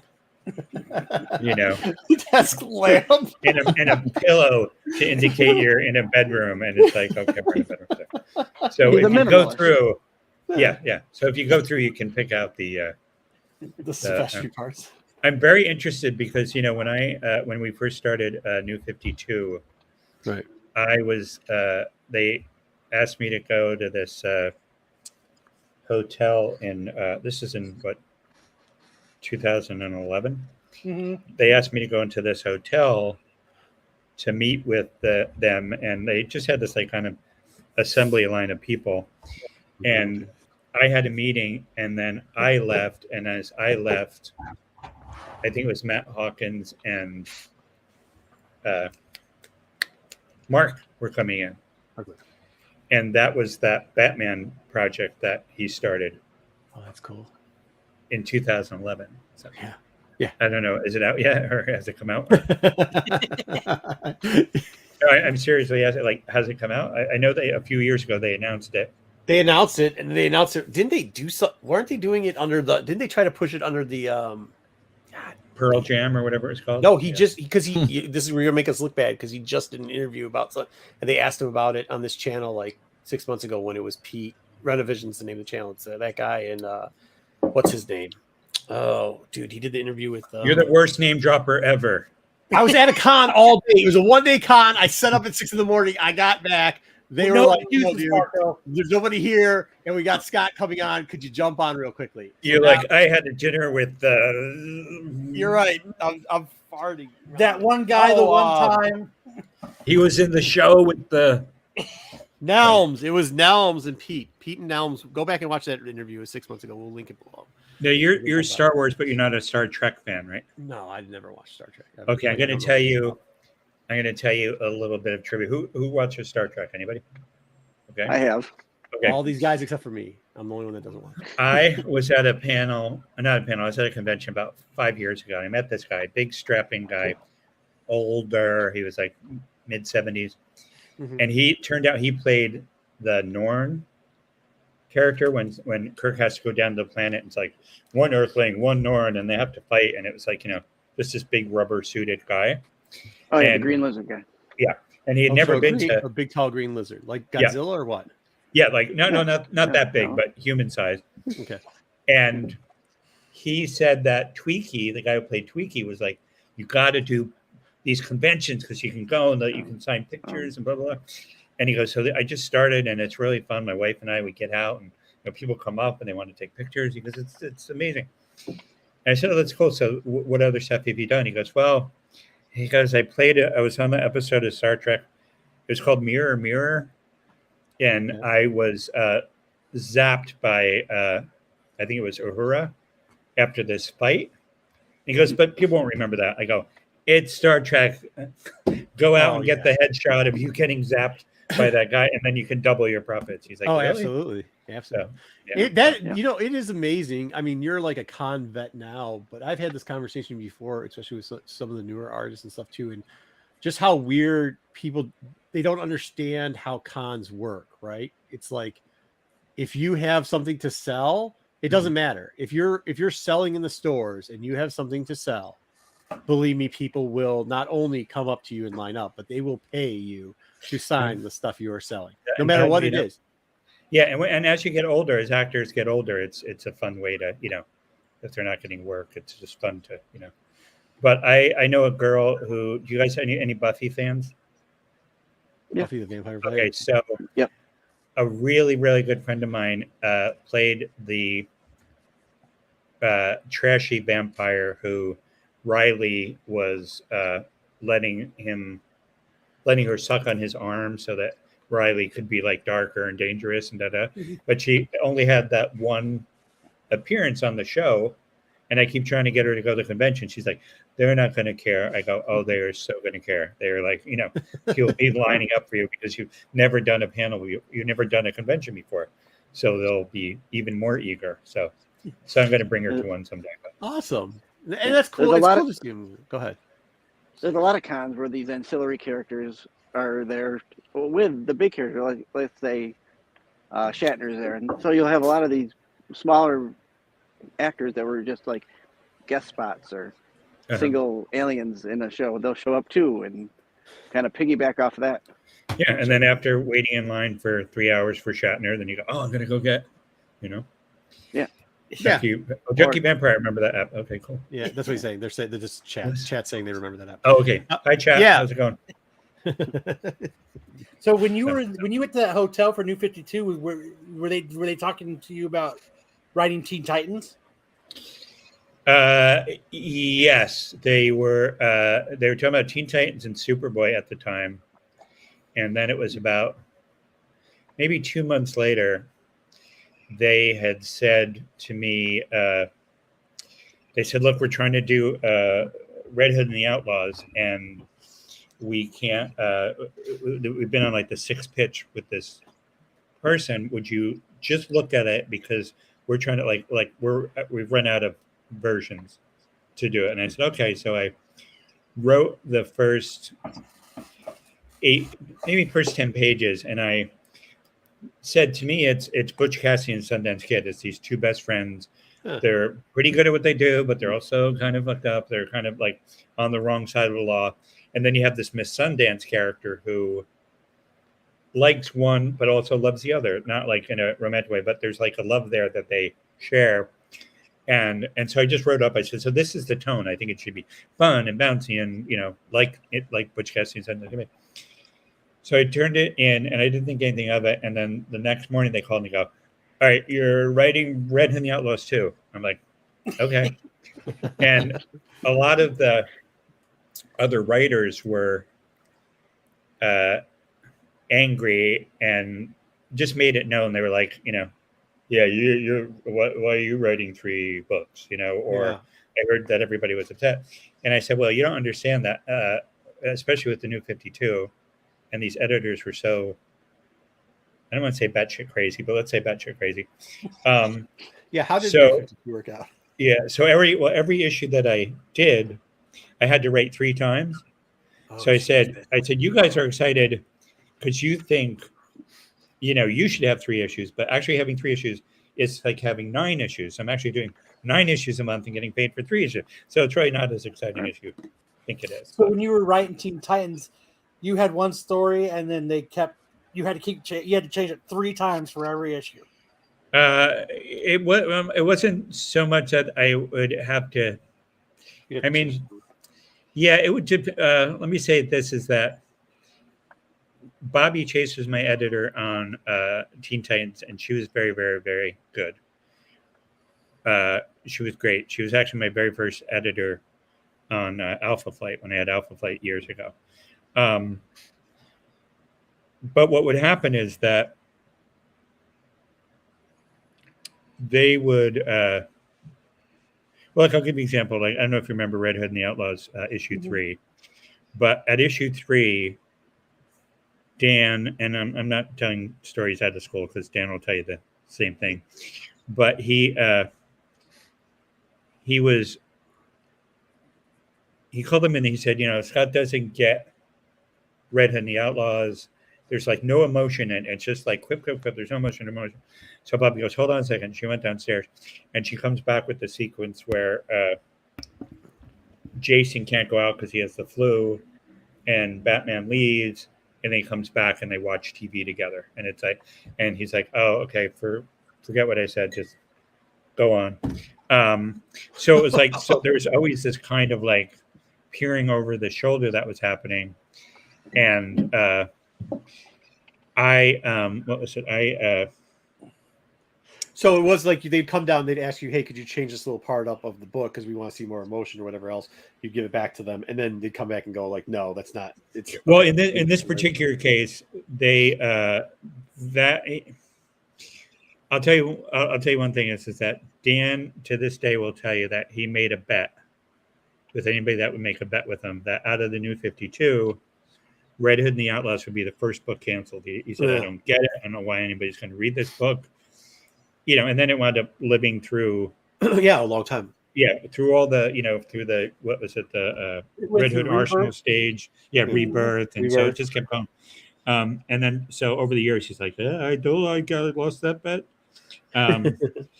But for the most part, they, it was just a constant, I'll give you an example. It was the origin issues. And there's a Tim Drake origin. And it gets drawn and it's written and it goes and it's on the way to the printers. It's at the printers.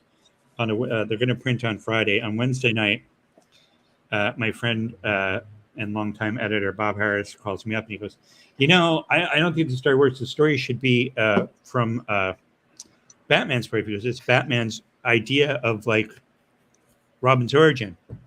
And I go, well, okay, but that's kind of hard because Batman's on like 3 panels in this issue. Yeah. So I'm not sure how you would do that. And he goes, well, you can do it, so figure it out. Yeah, right. So Wednesday night I stayed up and I wrote an entirely different issue based on the art. And they sent it to the letterer and the letterer sent it, essentially to the printers. And that was an issue. So it was like, so literally like imagine being handed 20 pages of art of a story you've already written, and now you're writing a whole other story over it. Very weird. So, yeah, because it wasn't even just a sketch. Because like usually, well, maybe for some people it might be easier to explain what technically the editors do. They typically just go and make sure you didn't hide anything in the pages.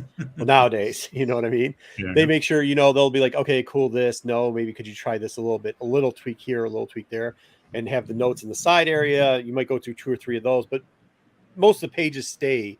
Right. In your experience, I'm not an artist, but most of the pages I've seen usually stay pretty similar with a little bit of note and changing like that, like different type of word bubble or maybe this X, Y, and Z.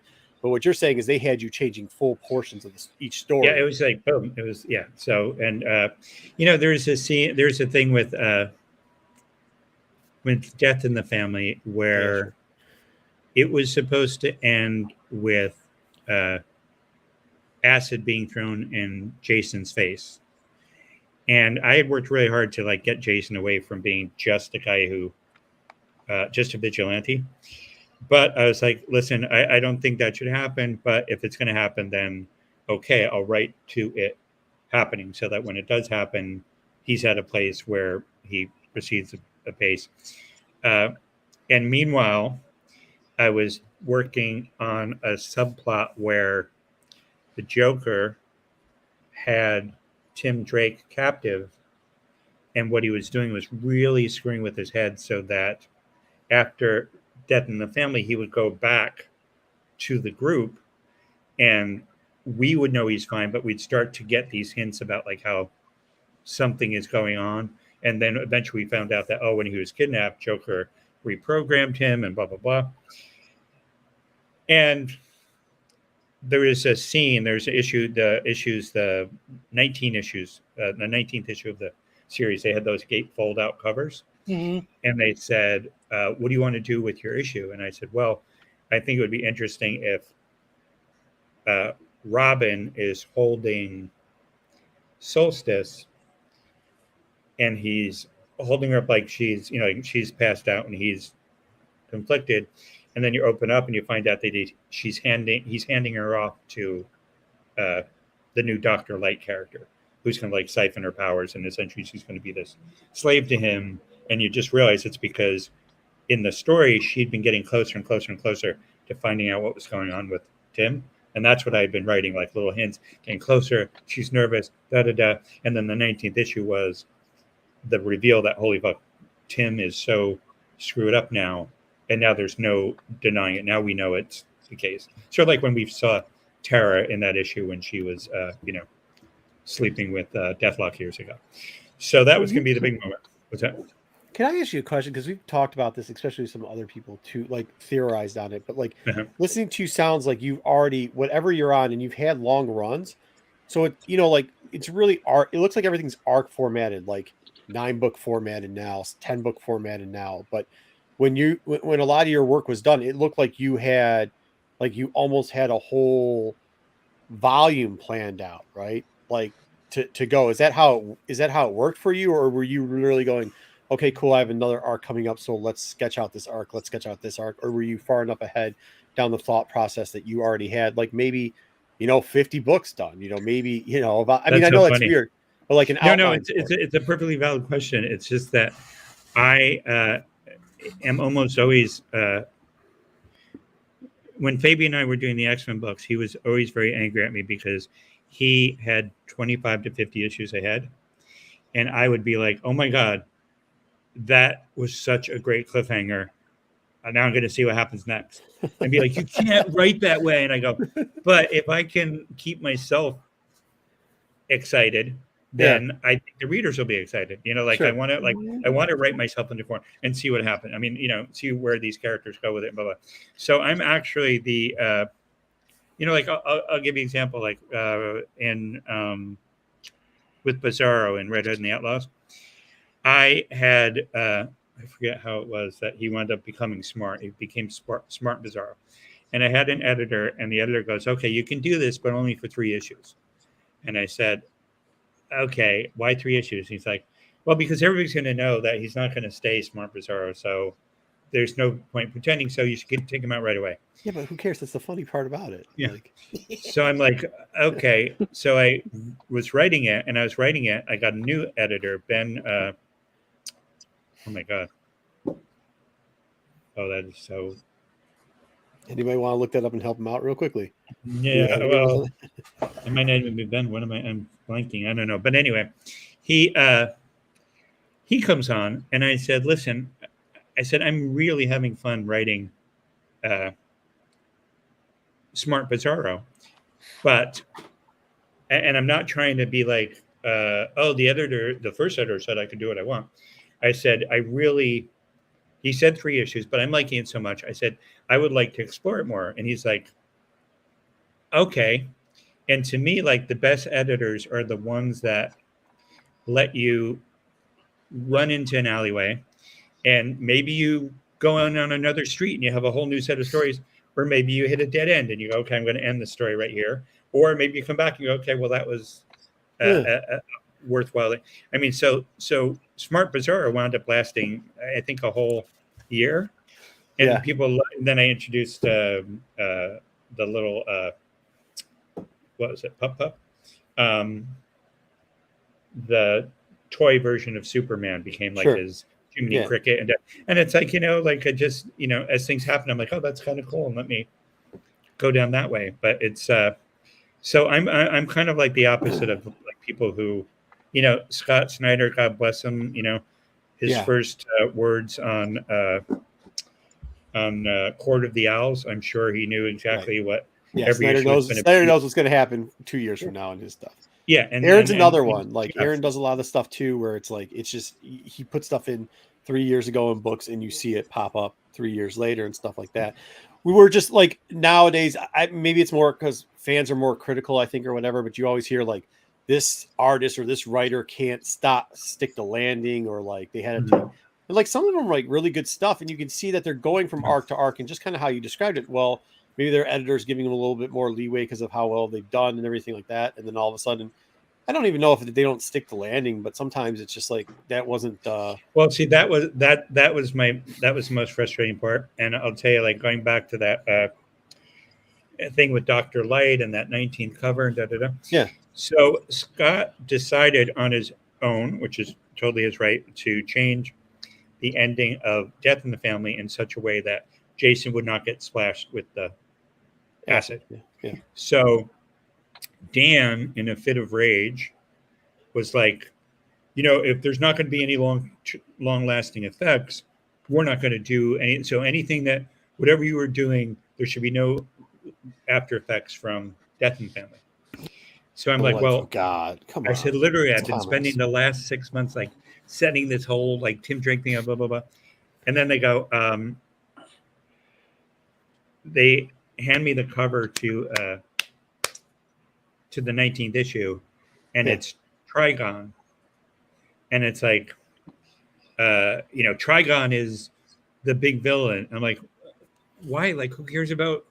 Like, Trigon has only one. He's like Galactus. The only thing Galactus does is he comes to eat Earth. Eat first, He's never going to eat Earth. So Well, Teen Titans Go made Trigon more important than he ever was in his entire life. So which one you said? Oh, Titans Go. Yeah, I never didn't see it. The cartoon, like that's it. It's just like, okay, whatever. So and then they said, well, make it so that Trigon's been trying to make Tim go crazy for the last 6 months.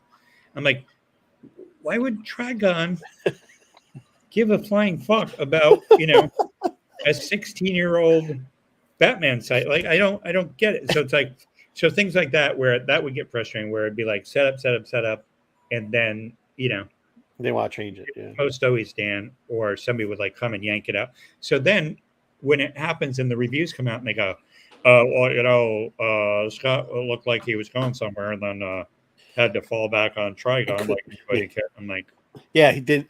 They would have said you didn't stick the land. Nowadays, it'd be like, Scott didn't stick the landing on that one. Yeah. What's that? Now it makes more sense. Yeah, but there were so many times like that. And the thing is like, I have to say, I'm being a little rude, but I don't think so. But like, I would never, I'll say this. I'm not somebody that would like quit a book and then be like, oh, guess why I quit the book? Because this editor sucks or whatever. Mm-hmm. Like, I just wouldn't do that. But here we are, 4 or 5 years out, Dan is gone. Everybody's gone. Scott's doing his teaching. That's great. And again, I have no issues with Scott at all. But since we're here and we're talking behind the scenes stuff, I figured, I'll just. No, I mean, that's not, I understand what you're saying too, because you're not trying to throw anybody under the bus or talk out of pocket or whatever. But it's just you're just telling how it is behind the scenes though. Yeah, that's it. I feel like but I think it actually helps people because there's a big negativity. You see it a lot of time. Like, I don't know how much you hear, but we hear it all the time. There's, especially with a lot of artists that are pretty good, people that are really nice, we've met and talked to before.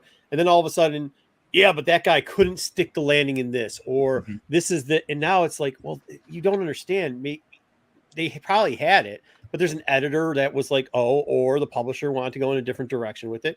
And what are you going to do? Like, that's your pay. Your boss says change shit. You're going to get that paycheck. You're going to get that paycheck because you what else are you going to do? So, I mean, I don't see it as you ragging on somebody or anything. Yeah, like that. but it is. I will say there's fewer things more embarrassing than when you agree with the review.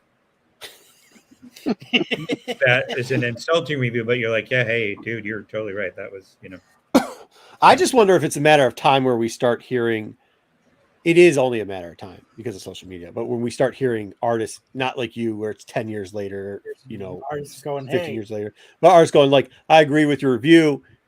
It wasn't my fault. Not blaming on anybody, just saying it wasn't my fault. And then, the internet will eat that stuff up all day long. So, well, it's funny when I first started, because I had been, in Hollywood between, for most of the first half of the century. Yeah. Sounds weird when I say it like that, but right. But when I went back and I had a meeting with Jeff Johns, and he goes, let me give you advice. Don't read the message boards. Don't ever read them. I'm like, well, I mean, it's kind of like fan letters, right? Like where you get to see what people think. Yeah. No. So, but it was, and I did, it took me a while to adjust because I was like, people were insulting me, and I'm like, I was a stand-up for 6 years. So my instinct was, well, if you're going to insult me, I will insult you back. Yeah. And it's going to be way more entertaining. Not what happens on the internet. That's not how the internet works, bro. Yeah. So that's not how it works. but now now I'm not on anything. I'm not on, I don't have anything. So, and it works a lot. I mean, I think it's better. I got a question from the audience from our chat. What's that? It says, we got one of our regulars, BK, says, did you like Dan Didio's direction for DC? I will make a joke and say Dan Didio had so many directions. DC. I mean, I think we saw the result, right? We saw the result of what happened, right? Like the era the community.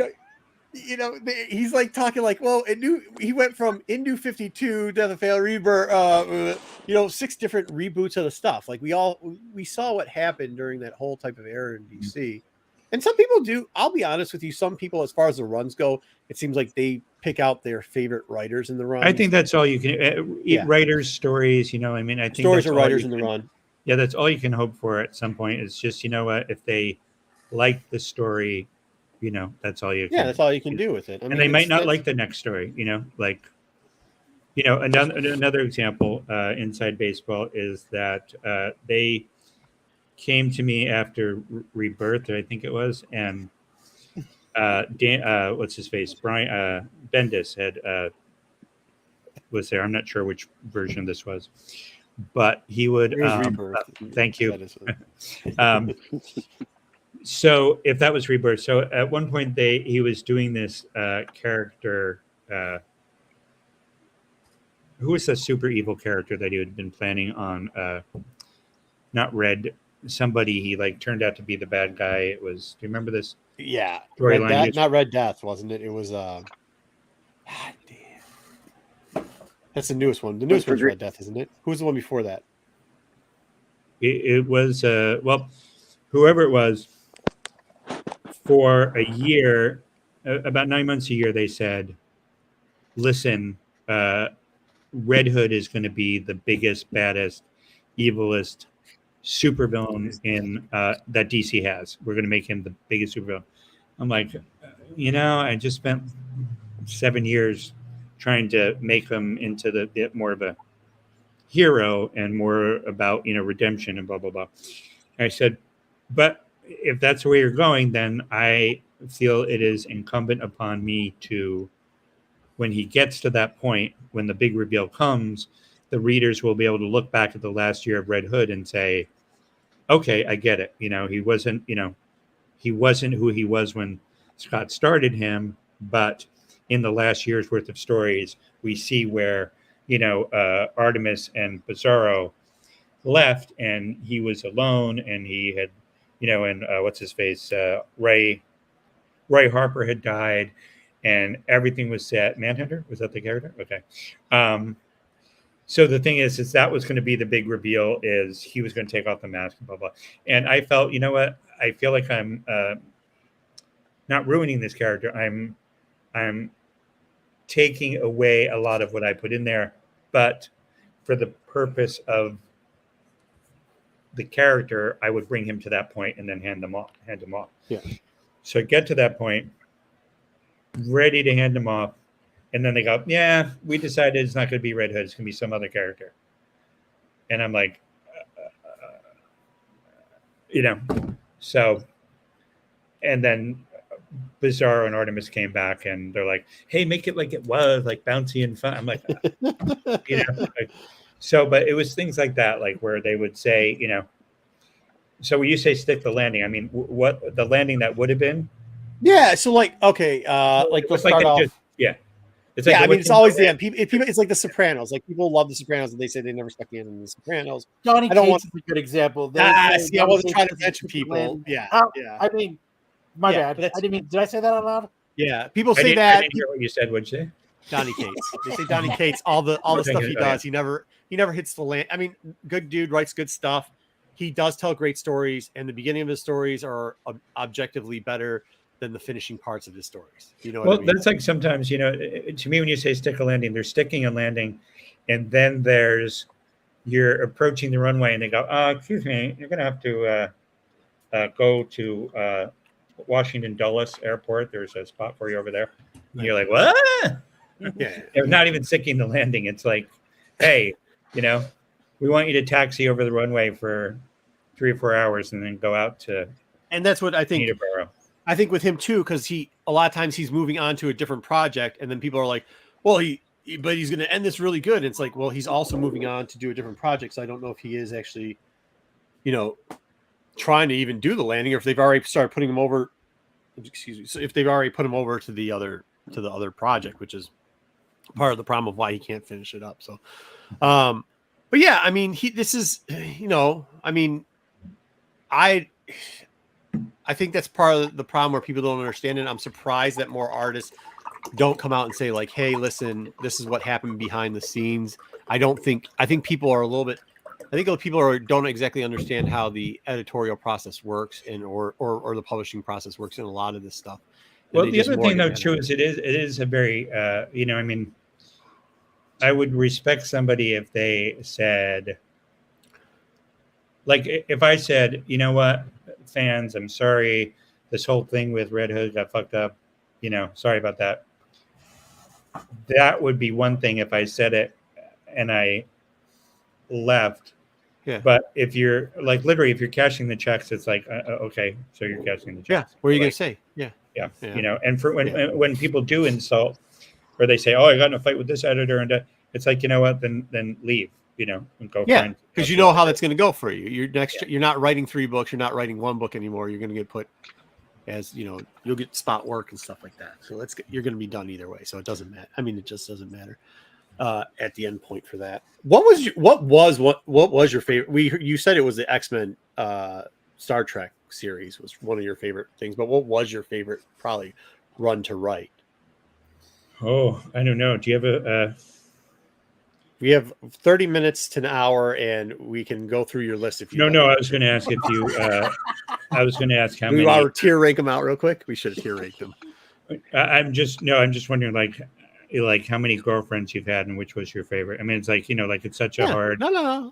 Like there was so many different things for so many different reasons, but. You like each one different for each There's reason. always 1 or 2 you stalk on Facebook.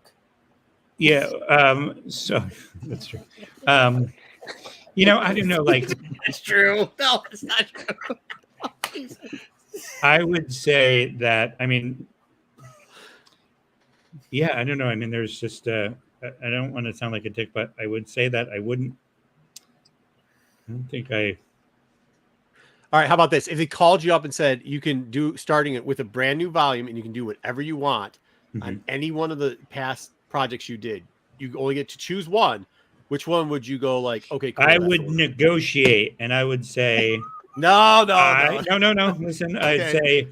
I'd say because I don't ever hold on, let me put my boss chain on real quickly. Because I'm either going to reject I'm going to put my boss chain on, and I'm going to either accept or reject your proposal. All right, let's go. I always say, and anybody that I ever work with, I always say the same thing. I always say, I don't want to do the last thing. I want to do the next thing.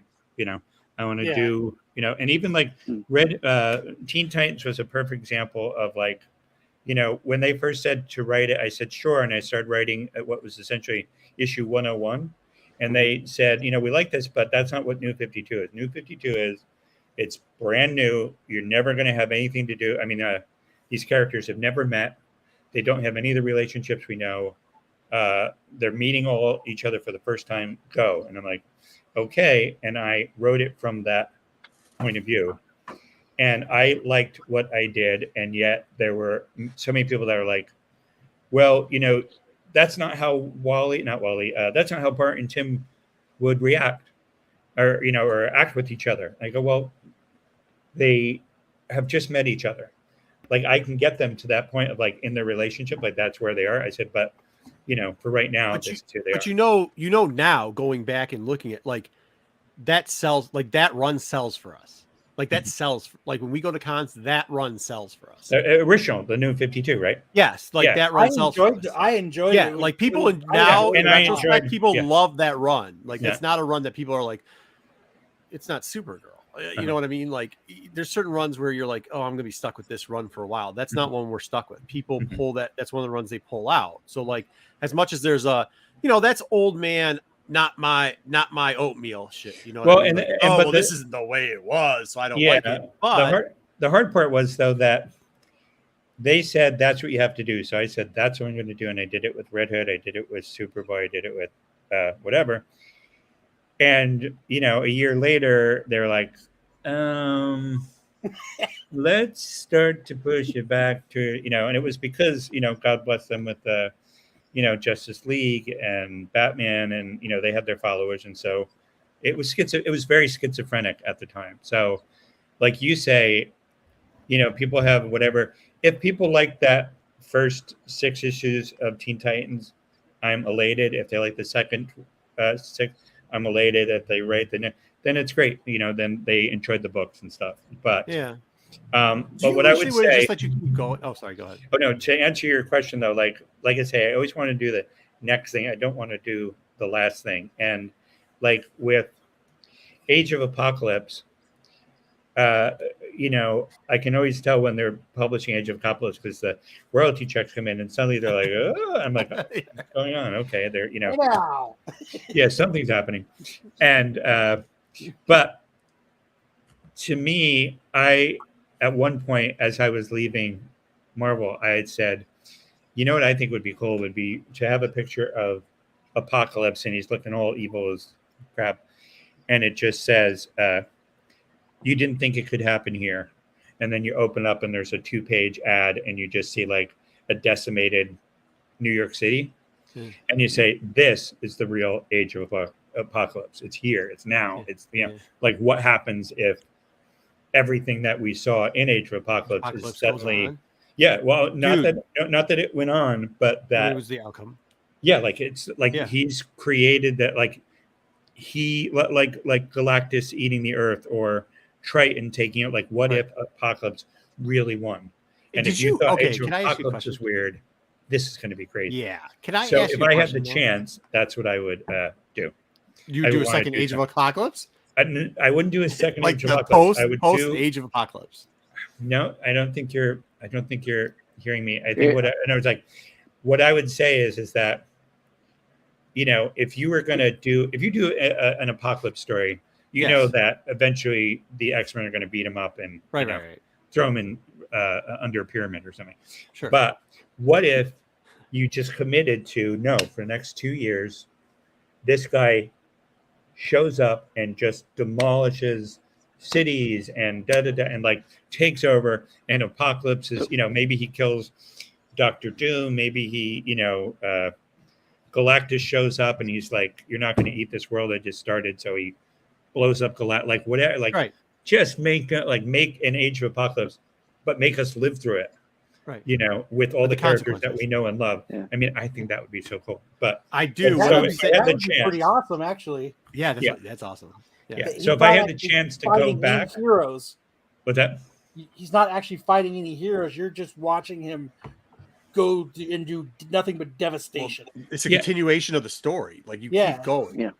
Yeah. Because they did come out with an Age of Apocalypse again.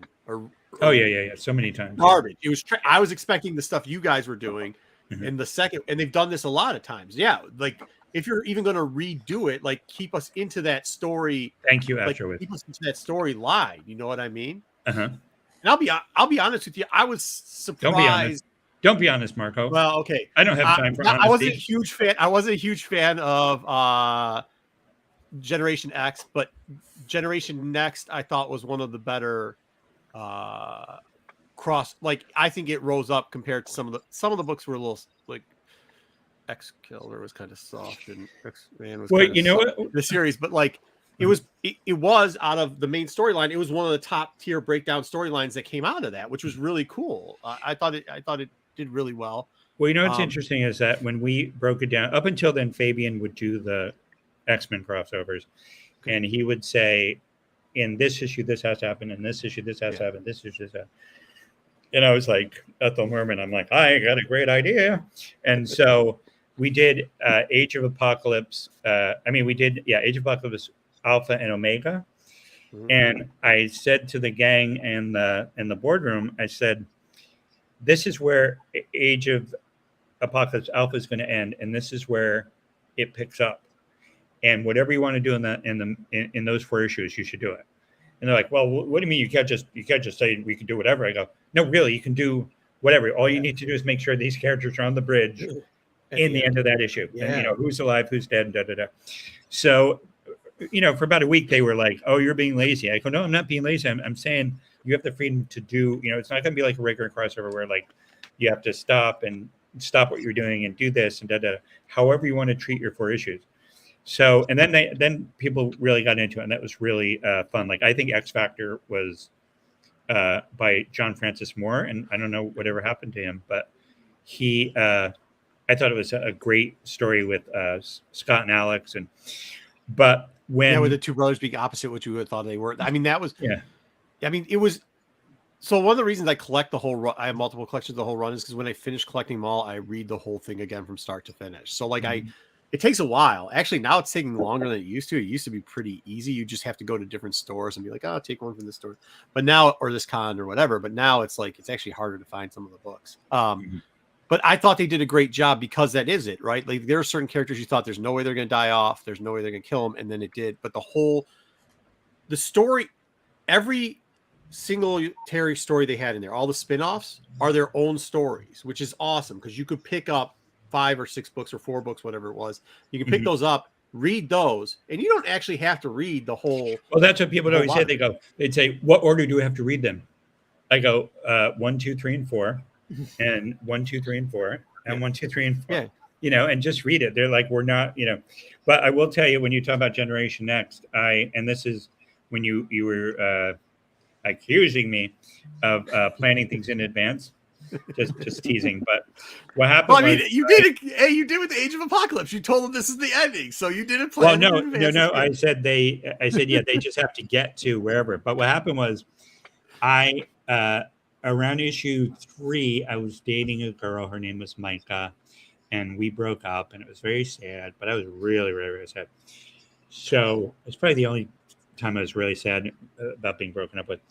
I mean, I broke up with her. No, but so yeah, you don't stalk her on Facebook. We got that. I sat down to type out Generation Next, the last issue. Yeah. I sat down. I'm like, everybody dies. and like when people read it, they're like, "Oh my God, it was so sad." Page, and the doors are closing, and she just looks at Peter, and she's like, "You're really gonna?" And Peter just, and then he goes back to Kitty, and he's like, "I tried to save him," and Kitty's like, "No, you didn't." So it was like, it was really, really a gut wrenching final issue, but I didn't know it was going to be like that until I was upset about Micah and started writing, that. And then I'm like, so it's kind of funny. I just thought it was like, we have to clear this up because afterwards they obviously brought back some of the other characters for different parts and stuff like that. So I was like, oh, he just killed them all off because you were eventually going to kill most of that up. But it makes sense now. No, but I will tell you that when we first started, I wanted to for years after Generation X. Well, I guess it's about a year or so. No, about a year. After Blink came and I killed her in Phalanx Covenant, people kept saying, "Oh, bring back Blink, bring back Blink." Yeah. And so then when we started Age of Apocalypse, I'm like, "Oh my God, it's going to end with everybody dying. So I'm going to bring back Blink just so she has to die again." Kill her off again. She's not a dick. Just to be mean. So, oh, nice. That's pretty solid. Yeah. So we did that. BK's also got a question for you. He says, what I didn't know BK actually ever left the house to go to comic conventions, but he wants to know what your comic convention experience was like during the run. What's funny is, it's weird because we've all, I don't know, I'm sure you guys have all been to comic book conventions over the years. When I went to comic book conventions, people would, when you go to a panel, people would stand up and go, Kitty and they'll be like, the fancy stuff. Rogue. Why can't Rogue and Gambit be together? Like, I know you brought up, Belladonna, but now she's not there. And, if she can get a divorce, why can't they get married? Even though they can't touch, some relationships, have issues, da, da, da. And you'd say, well, and you'd answer the question. Nowadays, especially like Marvel and DC, it just seems to me that you have somebody from the company and they go, this is the cover of the next issue that you already saw on every website that's out there because it was in the previous catalog, and now we're here in the panel. And Scott, why don't you say what happens here? And I go, well, I mean, I usually just tell people what happens, but a lot of times conventioners will go, well, this is going to lead up to something that's really exciting, and I can't tell you what it is, but it's really, really exciting. Yeah, and the I'm 6-page panel. Yeah, and I feel like we're like all we're doing is watching a slideshow of the previous catalog. You are. We are. Yeah. Yes. Yeah. That's And all the it thing is for is that, solicitations. Yes. yeah. And to me, there's a time when panels were about the characters and the storyline and things in the past and what are you going to do in the future, and here's a suggestion, or I want to try this, and and that's what we talked about. And now we don't talk about those things anymore. We don't get asked about them. We don't talk about them. Do you think that's partly because the fansies are gone? I don't know. I was a huge entertainment. I was just thinking about this. I was going through the airport the other day, and Entertainment Weekly for the last 2 years was Entertainment Monthly, but nobody noticed because it was still called Entertainment Weekly, but they were putting it out less and less and less. And then they stopped, and I was going through the airport, and I'm thinking, I used to love buying Entertainment Weekly, getting on the plane, reading it from the time that I sat down to the time the light went off so that I could start writing, pull out the computer and write. But like that was the time that I could read Entertainment Weekly. But then TMZ happened, and every horrible thing that can happen to celebrity happens every day, and you go and you watch it, and then you watch it again on on YouTube 20 minutes somebody later. like us comments on it. Yeah, everybody's telling me, blah, blah, blah. Here's a clip from spoiler alert, if you want to know how the movie ends, just keep listening. And so then there's just no reason for a Entertainment Weekly or even a daily newspaper. By the time the newspaper is printed the next day, you've already read 6 different articles about whatever it is. Old news. Yeah. And so in that way, I kind of feel like, I mean, I would like to, like sometimes I'd be on a panel of like 15, 20 people in the new 52. And you're just sitting there doing the math going, okay, well, we're each going to be able to answer, talk about the issue and then field questions and, maybe. Is that more of a publisher's decision or was that? I guess so. I mean, I think it might be because of the, I don't know, we can go all the way back to Image. It's like, there was a time when, I'll say this. There's a time when the creators were the superstars, and that was it. Yeah.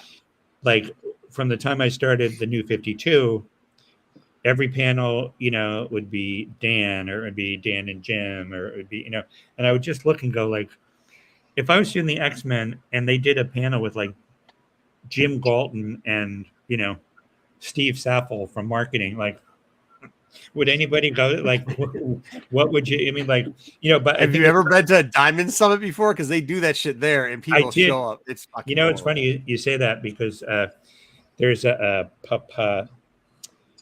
there's a I was writing X-Men with John Romita Jr. and I'm calling him one day, and he goes, hey, Scotty, this is so much fun. I'm going to Hawaii. They're sending me to Hawaii to this big convention. It's great. I'm like, oh. So I called up and I said, well, this is really odd because he and I are doing this book together, and you flew him to Hawaii, and I'm just here. And they go, oh, well, we'll call you back. And they call me back and they go, listen, we want you to do the retailer convention in Baltimore. Yeah. I go, oh, Baltimore. Oh, I said, well, I hope it's downtown Baltimore. I don't want to be, if it's downtown Baltimore. And they said, oh, yeah, and the panel's going to be at midnight. I go, oh, my God. You really, I'm blushing here. But it turned out. It's a fun town. It is a fun town. I go there every year. So it's a fun town, but I get what you're saying. Yeah. It's not Hawaii. So, it's not Hawaii. Yeah. It's not like they go, hey, you want to stay another extra week in Baltimore? Who did you call? The publisher? You called the publisher. No, I probably called marketing, and then marketing was Marketing, like, yeah. Well, either way, Scott's mad. We're gonna, what should we do? Like, I'll send him to Baltimore. but that's so. The saddest part about this, and this is what I was actually talking to a show promoter now, and the saddest part about this is like the promoters don't even know that. Like the promoters don't know your mark because when they'll call up to get a hold of X, Y, and Z, whoever somebody's like, hey, we've got a couple requests to go get Scott, right? Because of whatever. So they call up and they're like, well, does anybody have a connection? If nobody locally has a connection, they call whatever their connection is, which is usually a marketing or a salesperson. And when they call the marketing salesperson, they say, hey, we'd like Scott for this and whatever. And they call them up and they will book you, right? Because they said Scott. But whoever your cartoonist or whoever your colorist, whatever the artist was, the other artist, not the writer on it, they won't book that person. They won't even ask. And the promoter, 9 times out of 10, would take care of both. They paid for the trip for both. They pay it out, and they just. Well, this was years ago, and in years ago, like it's still going on now. Well, I'll give you but I'll give you an example that when Marvel and DC used to pay for Marvel and DC used to fly, like every time I went to San Diego when I was writing the X-Men. I was always flown into San Diego, and they put you up. Marvel would fly you in, put you up, and blah blah blah blah blah. Sure. Then, eventually, over years, Marvel and DC would be like, "Hey, who's going to San Diego? Because we would love for you to do a panel." And then all of a sudden, they were like, "Oh, I guess I have to find a hotel room. I guess I have to find air," because they knew that so many people were going that they're like, "Why are we flying these? Why are we spending all this money on these people when we don't have to?" And so there was, but at that time when they were flying John to Hawaii and me to Baltimore, there was that was all on Marvel's time. Like Marvel used to pay. Oh, it was Marvel that did it? So Yeah, Marvel flew them out there? Okay. Yeah, and they flew me to Baltimore, don't forget. What's that?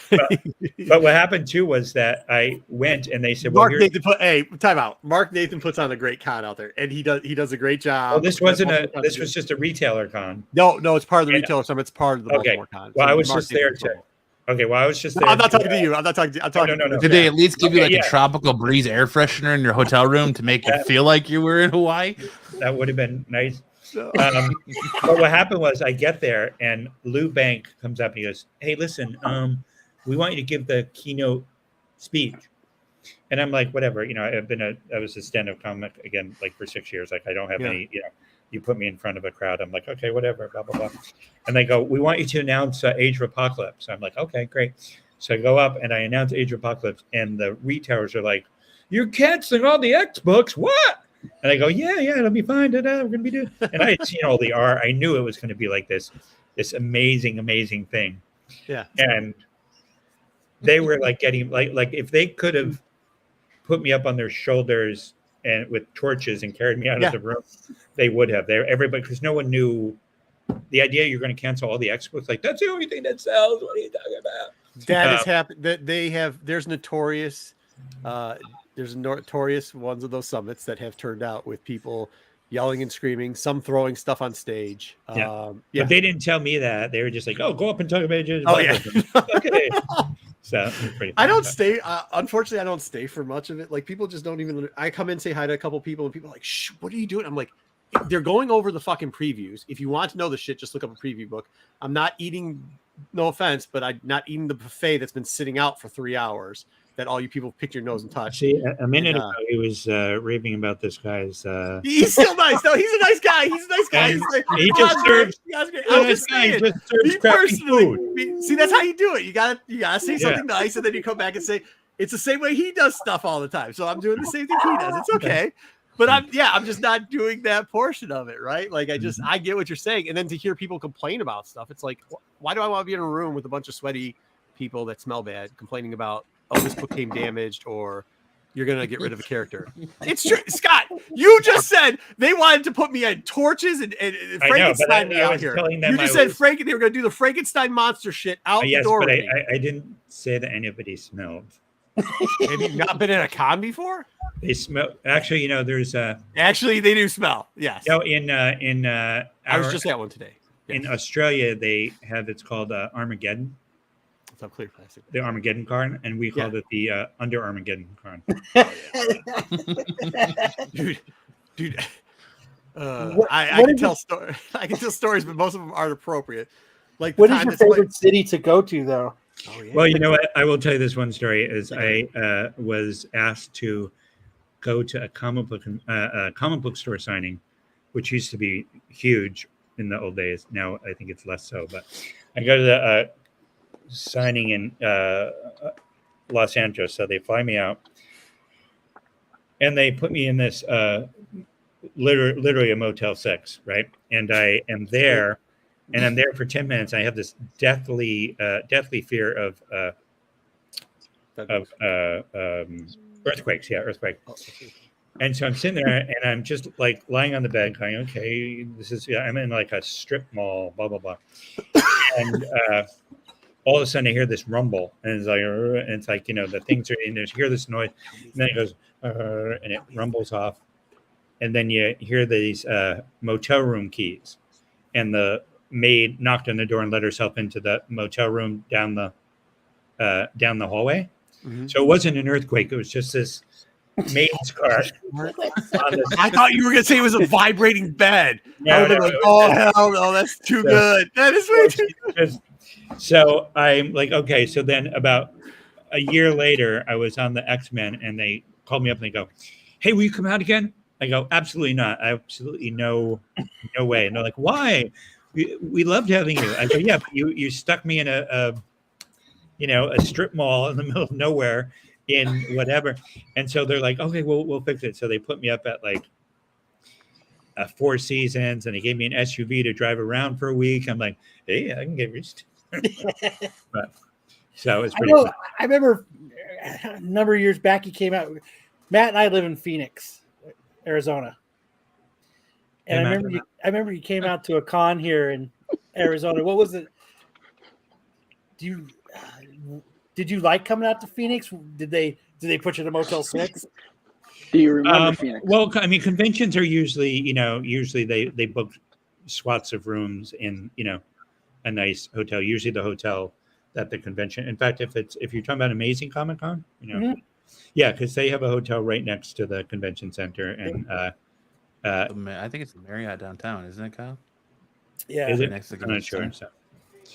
But it's always no. I mean, I've never had a bad experience. Since then, once in a while, you get like we want you to perform career day at Little Jimmy's high school. Yeah, or worse, like up in Syracuse if you're free, and I'm like, sure. Whoa, easy on Syracuse. No, but I mean, it's just like it's not like you're going to like the New Orleans Comic Con or anything.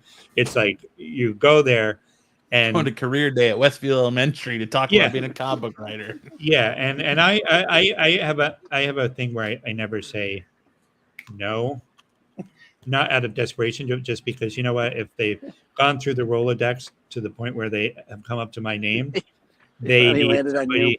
Yeah, they need somebody to go. So, but even in a situation like that, you at least get like a Holiday Inn or so. So it's not it was just that one time, and it always makes me laugh because I was like, but Listen, always ask for the Hyatt.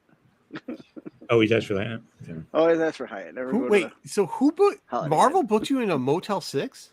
No. That was the comic book convention. That was a book. You guys There's did a stuff comic book differently store. out there in LA. Yeah, that was a comic book store. It wasn't even L.A. proper. It was like I landed in L.A. and then we drove to like Cerritos. And it's like, okay, I'm going to Cerritos. And I can tell by all your expressions, you're like, oh yeah, Cerritos. No, like I don't. Yeah, I still don't think there had to be something better than a Motel 6 in Cerritos to put you in. Yeah. It doesn't sound like it was a well-traveled town. Well, it's funny. Afterwards, they're like, hey, we want to take you to a strip club tonight after a day. I'm like, well, I'm not a strip club guy. But and they go, Right, especially after they said Motel 6 where the strippers look like. I mean, they probably yeah. I mean, I saw them coming and going. Why would I have to? Yeah, right. Why'd I have to go to a club? Yeah, you don't have to pay for it. You can just open up your window.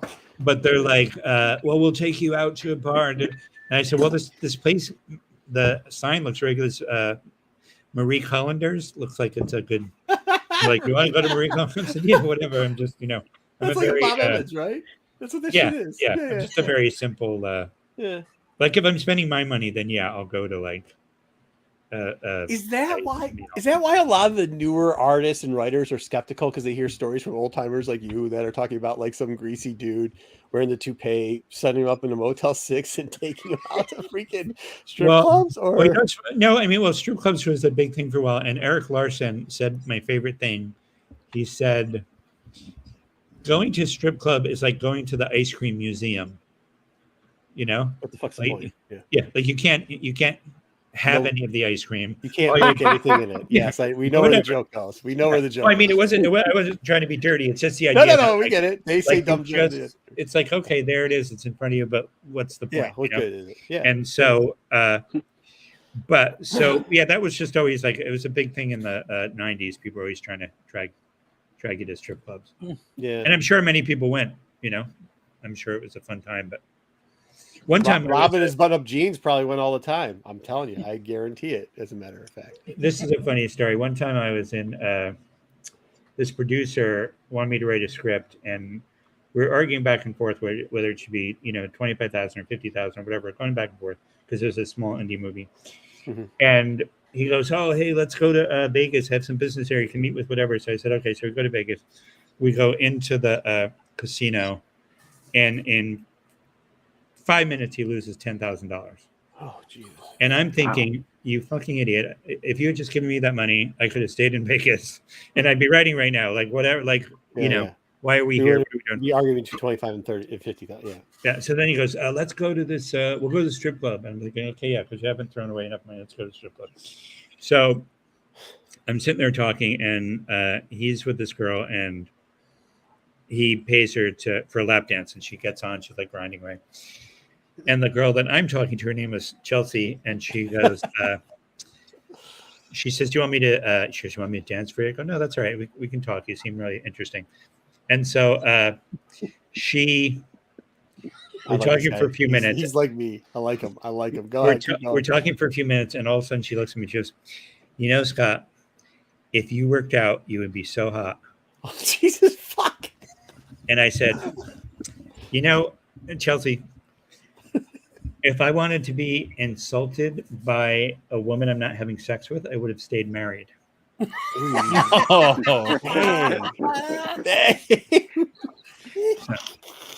But that's good.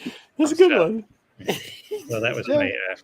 They burned through a lot of that money, though, huh? What's that? They burned through a lot of that money, though, huh?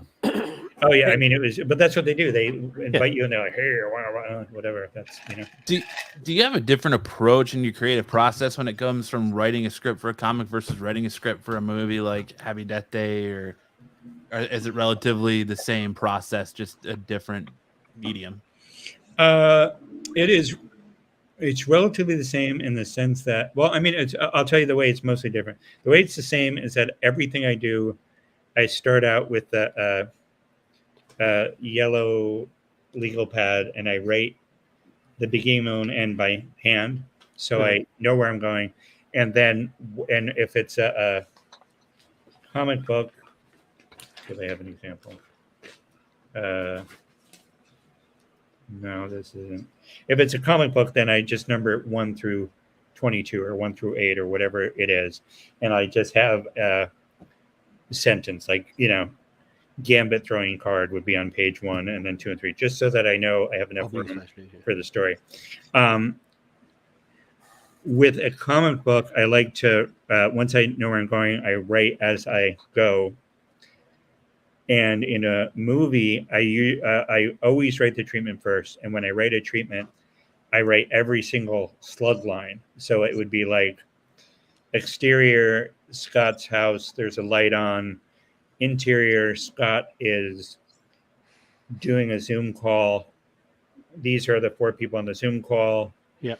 Every once in a while, he drinks his raspberry lemonade and keeps trying to remember to stress that to them, because people at home are going to think that he's drinking cocktails all through the conversation. So once that's written, like once every single scene is written, then I'll go through and write the story. But I've noticed over the years that to me, when somebody comes up and goes, "Oh my God, I've been writing on the script. I've been writing a script that's taken me like 4 years to write the script," and I'm like, "Well, you didn't write the treatment, right?" "Oh no, because I know," and it's like, it'd be like trying to make the most beautiful woman you've ever seen, and starting with the intestines or something. No, you have to start with the skeleton, so you have things to you have places to put this and that and that. So like when I'm writing a script, especially, I always write the whole thing out so I know where it is before I start. That's also an acting technique that they use for the actors to feel like how to immerse themselves into roles too, is like write the treatment for the character out there so that you can build off that and be better, so you don't turn into some maniac that's like the Joker and end up killing yourself. But like, I mean, like, it's very interesting that that's the way you do it, and probably seems like it probably would help out. That's interesting. Well, Is that more- sorry. Oh, I was gonna say, is that more so for like the direction for the actor, where you're more detailed in a movie script versus like a comic book? It has to do with freedom, like you're giving the artist to have the freedom to kind of. No, if you read my scripts, I have a lot of like some people be like exterior Bayfield University. It's been around since 1776, and it has Ivy Leagues and it da. Whereas I'll be like Bayfield University, brick and ivory, snotty, the place, and like, so I try to give everybody I let them figure out what the place is, and I let them I like give them a sense of tone, but I'm more interested in tone than I am in setting. I will tell you this one incident, because I always loved it, is Stan. Stan and I we didn't know each other when I started, of course, but eventually over the years we became really close. And one time we were working on, I was working on a script for him, and it was supposed to go to this other outside producer, but he's like, "Lobby, I don't understand how you do it with all these notes with the writers and the producers and the studio and the network. He goes, it drive me crazy. How do you do it?" And I said, "Well, Stan, the first draft is art, and every draft after that is commerce." And so 90 times out of 100, when I write a script, it's like Happy Death Day. I write a script that I want to watch as a movie, and then they buy it, and then they come in and go, "Oh, you gotta change this and this and this and this and this." But once they buy it, it's theirs, and so it's all about commerce. But at least I get the opportunity to write the script that I want to make. Like Happy Death Day is a good example. Happy Death Day was very, very funny, but a lot of that was shot very funny. My version, my initial version, was funny, but it was much darker. Like, for example, you find out that first she dies and she gets killed in a bunch of ways, and it's kind of fun. And then she starts to realize that, oh, wait a minute, this hurts. Like something's happening in my body. And in the movie, when they shot it, they left it there at, "Oh, on my side," and somebody goes, "Oh, you're dying," and she's like, "Oh." In the original version of the script, she comes into she wakes up and she immediately runs to the bathroom, and her roommate is like, "Hey, what's going on? Are you okay?" Because she's making all these noises, and she's like, "I'm fine." And you see that she's taking duct tape, and she's literally like duct taping her ribs together, and she's like duct taping her collarbone into place. Like, she's literally, if she does not solve this mystery, she is going to be dead. So even though, like, with what do you call it, Bill Murray, yeah, he just lived until he figured out, oh, I have to be a better person and blah blah blah. But with her, because it was a horror movie, there was this ticking clock that was in place that if she did not pull this off, she was going to die. But when it came time to shoot the movie, those scenes just left. So Ended up being a good movie. What's that? I said it still ended up being a great movie. It's a great. I mean, yeah, I think Christopher Landon did an excellent job. So, well, and she did a great job. Everybody in the movie did a great job, yeah. I've got a question. except for the writer. But So who said so they have? do you, huh? That would be Cardi West. Yeah, just Oh, hey, Cut Freddie, base. how are you? Um, Nice to meet you. So, do you think that with the writing today, like in the younger people coming in, that the veterans like have experienced more in life, so their stories are more interesting than what the new writers are coming in with, like experience in life? Do you think that has any impact on like in today, like the writing that goes on? I do not. I do not know the answer to that question because I don't read other comics. I do have a rule that I started when I very first started to get some success, which is that if anybody ever sends me a script, whether it's a comic script or a movie script, I will look at it because I remember sleeping on my brother-in-law's couch and knowing nobody and having this dream of becoming a writer someday.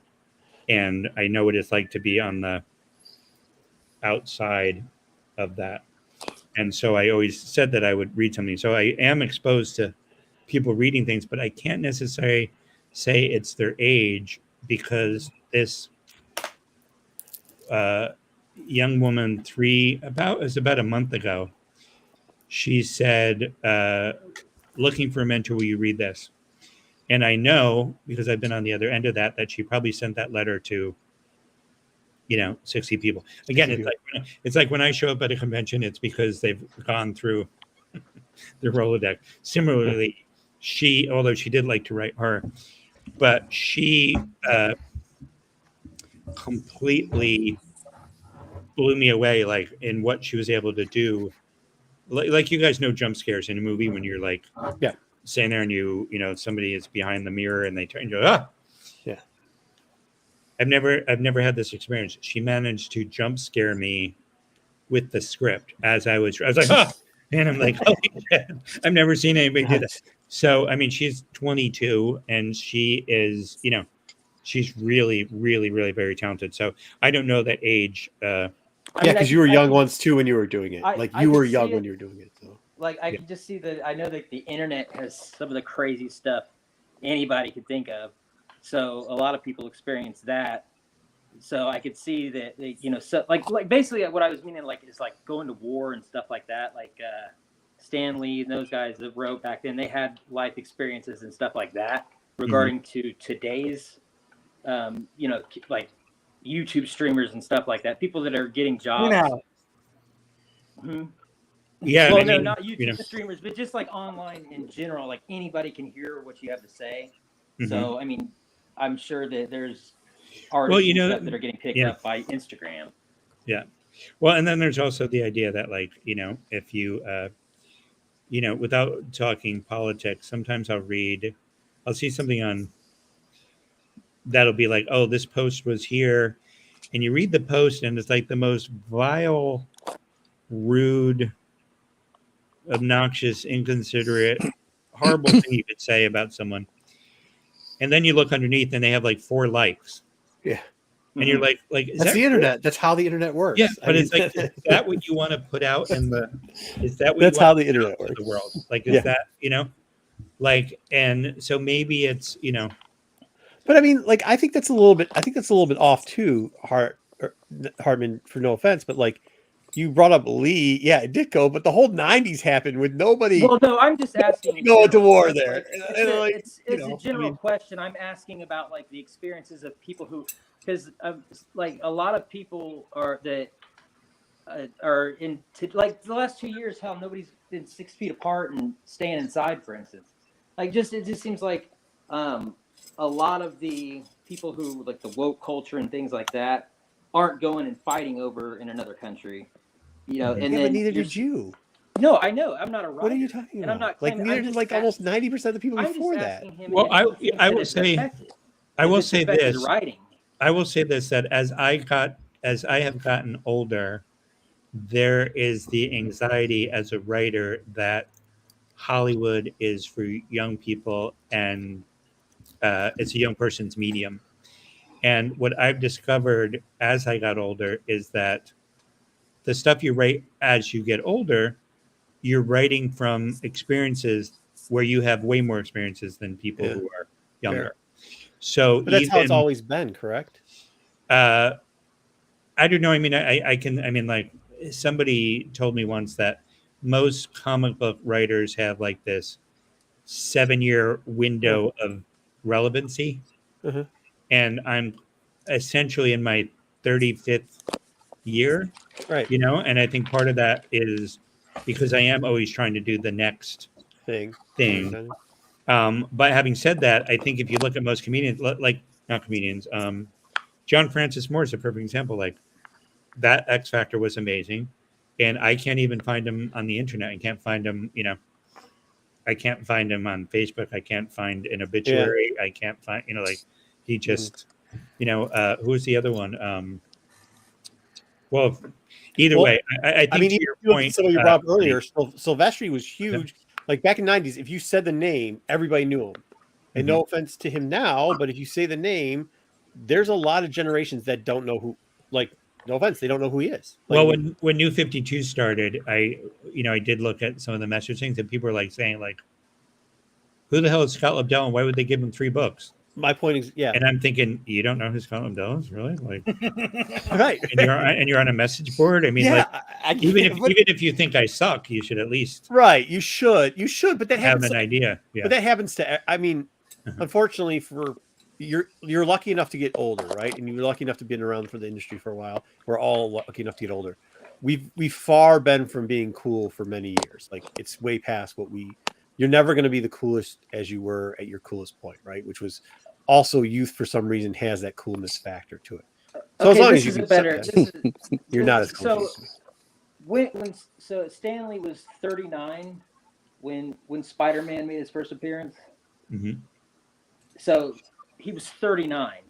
Yeah. Like, so we've got, I'm sure that there's younger writers like, 20, 21 just starting out. I was wondering if he thinks that the effect of like what they've went through had any impact on it. That's what I was. Well, it's interesting you bring up Stan because, when Stan started Marvel, I mean, you guys probably know this story. And if you don't, I mean, if you do, I'm sorry for go ahead. saying it again. But, Stan was a 40-year-old guy who'd been doing comic books for almost 20 years. And he was like, I'm done. I'm out. I don't have anything left to say. And his wife was like saying, listen, if you feel that way, then just do what you want to, do. Like, who cares? You're out anyway. Yeah. And he's like, that book or, Justice League, it's like, oh, we show up and everything is great. And he goes, I just want to do like the word dysfunctional wasn't around then. He goes, but like, what about a group where they're like, don't like each other, like a family? How do families get, like, they don't always get along? Like, the brothers fight with each other and and then that became Fantastic Four, Fantastic Four, yeah. And, he's like, oh, Batman is so stupid with this, teenage sidekick. Like, why would he hang out? Why would he hang out with a teenage sidekick? It's ridiculous. If you wanted to be a superhero and you were a kid, you'd have to have powers and you'd have to, call yourself Spider-Man so that people respected you, And so it was really his last straw. Yeah. And well, it was his last straw, but it was also like the freedom that he gave himself to just be, really creative. I think to your point, Cardi, is that, with age, there comes, I mean, Marco will tell you that when you get older, no one cares anymore. But well, you're not. No, I didn't say that. I said you're not. You've already passed your point of coolness. Cool. Yeah. You can't. You are. No, I'm sorry, but we're not. None of us are. We're not that cool. It's your point of coolness, like the highest of your point, right? There's a highest point of you being as good looking as you're going to be. There's a highest point as how cool you're going to be, and there's. Damn, I never got there yet. Yeah, well, that sucks. You're not going to get there. So, like, I'm just saying, you already got there. It just wasn't where you hoped to be. But there is a point of coolness where, like, the younger group. Just that's how society works. The younger kids are always going to be cooler than us. We're not going to get what they're doing, but like they're just going to be cooler than us. They just are. They are. You don't think so?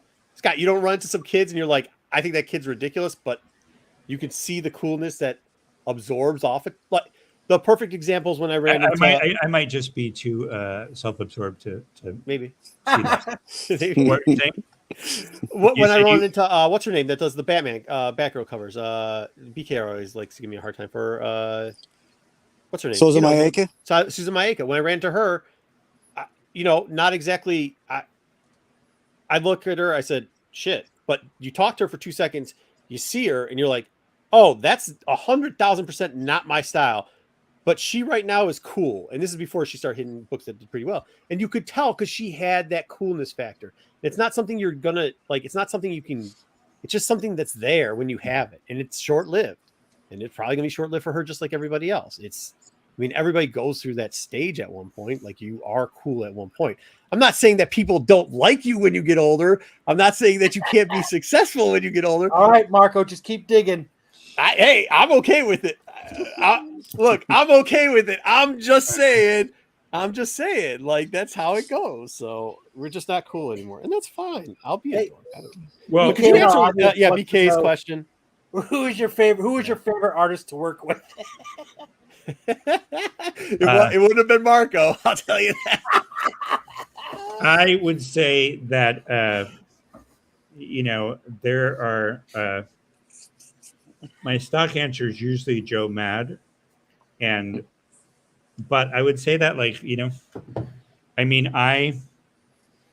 I got to work with like the best comic book artists ever. Chris Pacella, John Reed Jr., Jim Lee, Will Portasio, Carlos Pacheco. Time out. You just said it.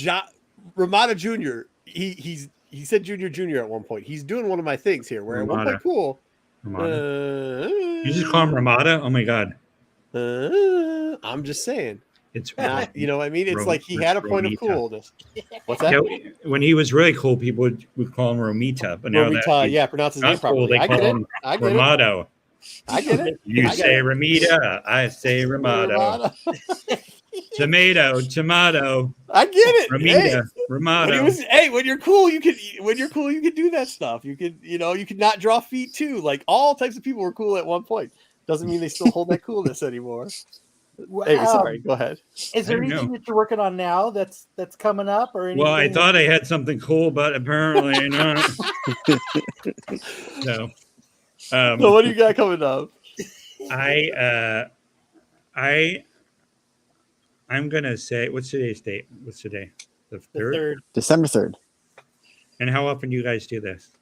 Once a week. Every week. Once a week. Okay. I believe that before Christmas, I'm going to have a huge announcement about a movie that I'm writing that I haven't brought to the studio yet. This is how confident I am in this idea. And I'm not going to tell you what it is, but I will tell you that if it works, then I'll come back on and I'll talk about it here. So, nice. Perfect. Clip it. But that. But will that be your? The only question I have is that going to be the height of coolness, or you? But you, I mean, you did Age of Apocalypse. So I only have agree. one. I only that was have the height. one. No, I don't want to agree with that. I would say that. I mean, writing a movie like Happy Death Day, where it was like it won its box office. Yeah, that's sweet. Weekend. I will tell you one thing, Mr. Marco. I know that there's an idea about like relevancy and blah blah, but I heard that they were doing a show Gifted on Fox, and I thought, a TV version of the X-Men. You can't call it the X-Men, but yeah, it'd be interesting. Yeah, knockoff, yes. So I was like, I'm just gonna see like tonally what it looks like. So I turned on the TV, and this was years ago when there was actually a TV. But so I turned on the TV, and this girl's running, and she's being chased, and the cops, and they chase her into an underpass, and they all pull out her gun, and they all like are aiming there, and she blinks, and she's gone. And I'm like, son of a bitch. Like the opening, cold open is blink. So she blinks, and I'm like, oh, that's really cool. A character I created 20 years ago. Yeah. And there she is right in front of me. Screen fades to black. The screen comes up, and it's the first time I see the Happy Death Day trailer on TV. Oh, how cool is that? And I'm like, you know what, Marco? Wherever you are, someday we're going to meet. Yeah.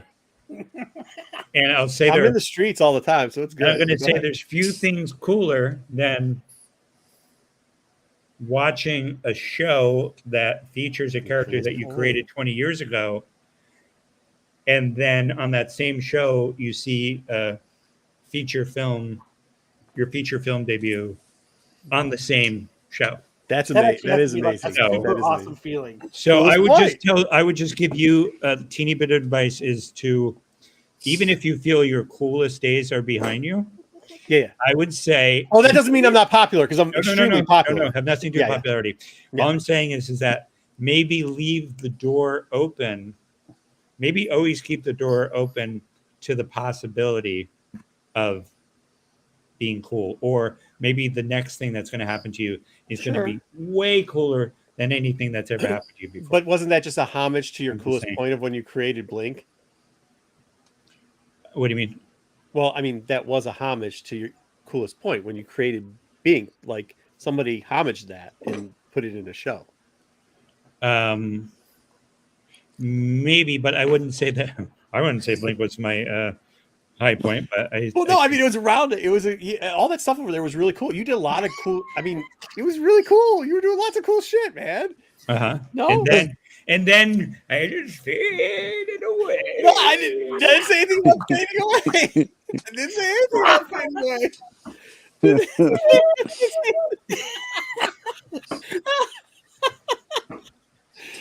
Oh, dude, yeah. I mean, then you got to be very extremely popular. You're wearing headphones too, idiot.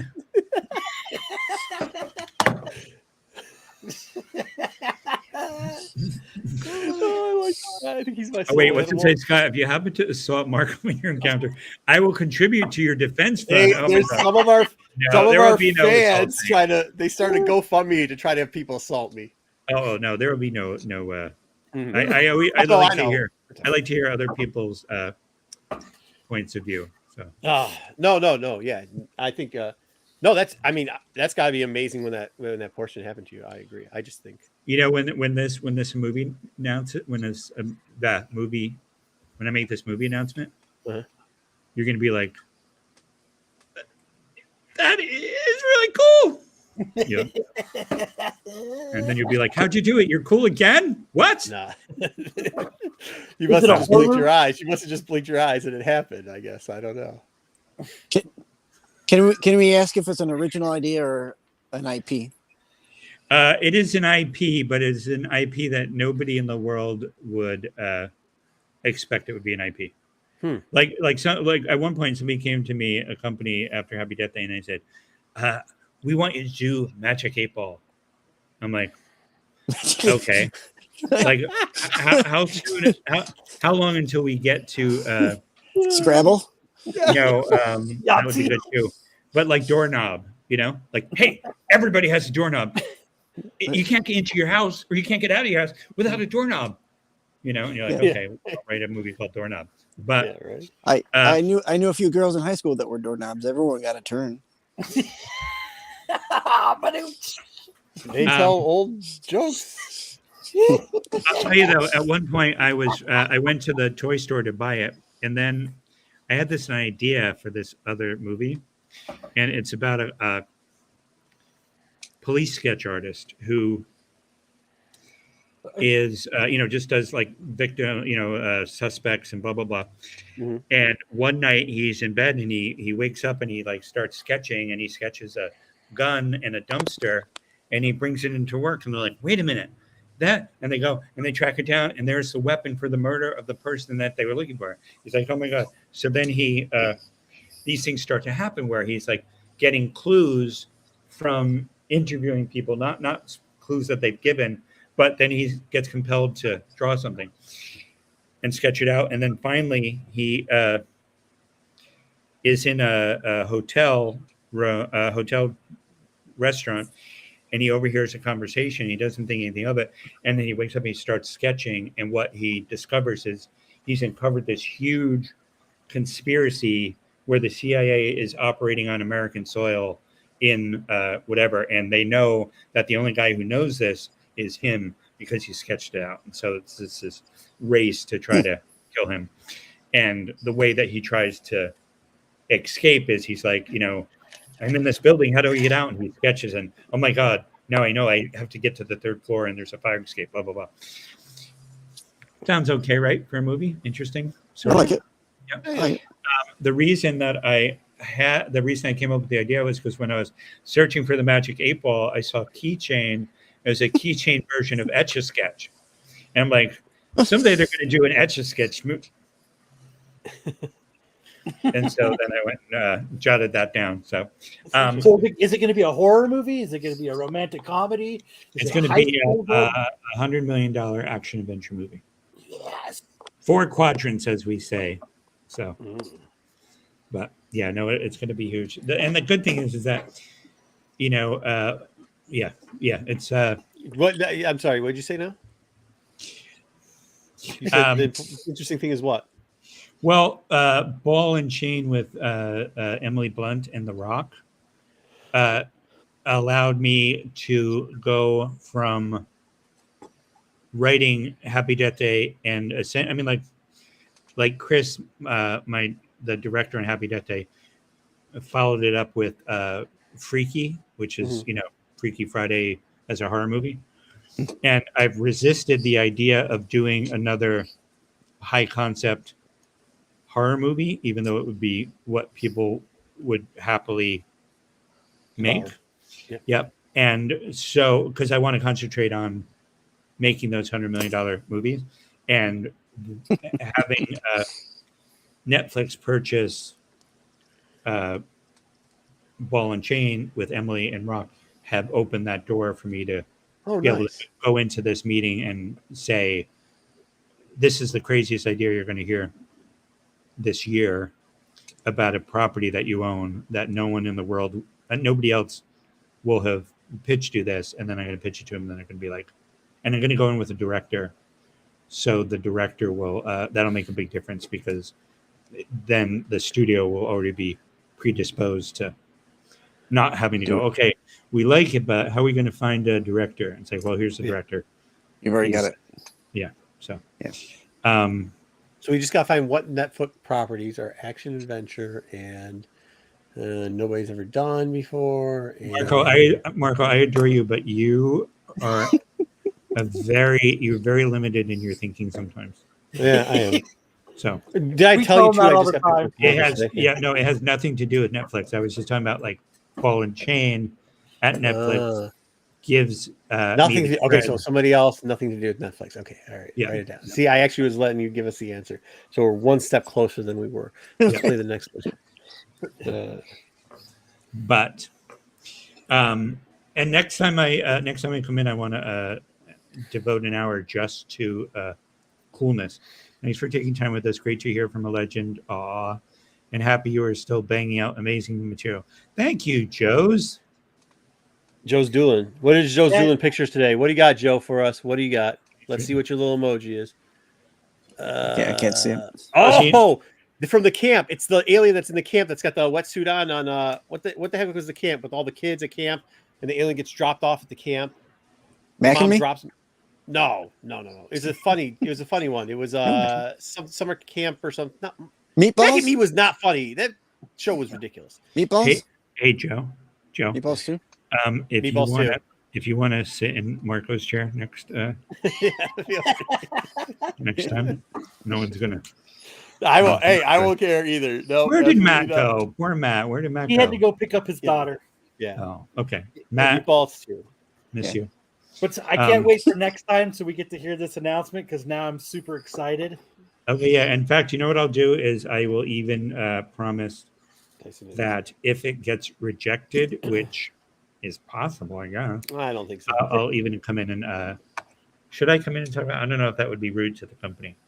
I'll have to think about it. But Well, Well, you'd still be marketing to other people, right? listen, I mean, you're not going to did you just stop say at one person, right? no, this particular thing as a clue can We're writing it down. only go to one. That- This is the that one one-stop company? shop. Yeah. Yeah. So One company. there are property like I wanted to do I wanted to do a live action McGill Gorilla at one point, and McGill Gorilla is owned by Hanna-Barbera, Yeah. and Hanna-Barbera is owned by Warner Brothers. Uh-huh. So if I was going to pitch, Danny DeVito as Mr. Peebles. oh, perfect, right? Wouldn't it be great? Yeah, and Dave Bautista as McGill. Dave Bautista's McGill Gorilla. But no, so there are things where, like, and sometimes I'll say to my agent, like, I want to go in and pitch this, and they'll be like, but you understand, like, that is the only place that you can pitch it to. I go, absolutely, but Yeah, it's I mean, worth it. worth the shot, right? Yeah. Yeah, absolutely. And one thing that I want to do right now, it's I was funny about to because say that was cool, but I'm not going to say cool anymore now because for years I wanted to do. I had this property that I wanted to do that I wanted to separate from the existing property, and the idea was that this girl would come home from college and her whole family was gone, and she's like, what is that? And she tracked it down, and the government says, listen, your family is severely fucked up, like one is like a vampire, one is blah blah blah blah blah, and so we've taken them, we're experimenting on them, and we're disavowing it, and you'll never find them. And so Wednesday Adams has to track down her missing family. And for years I would pitch it, and there we go.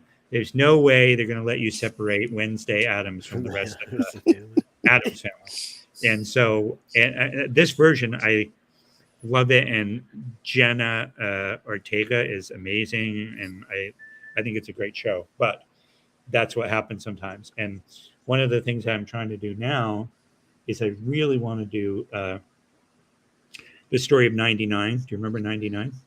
Get Smart.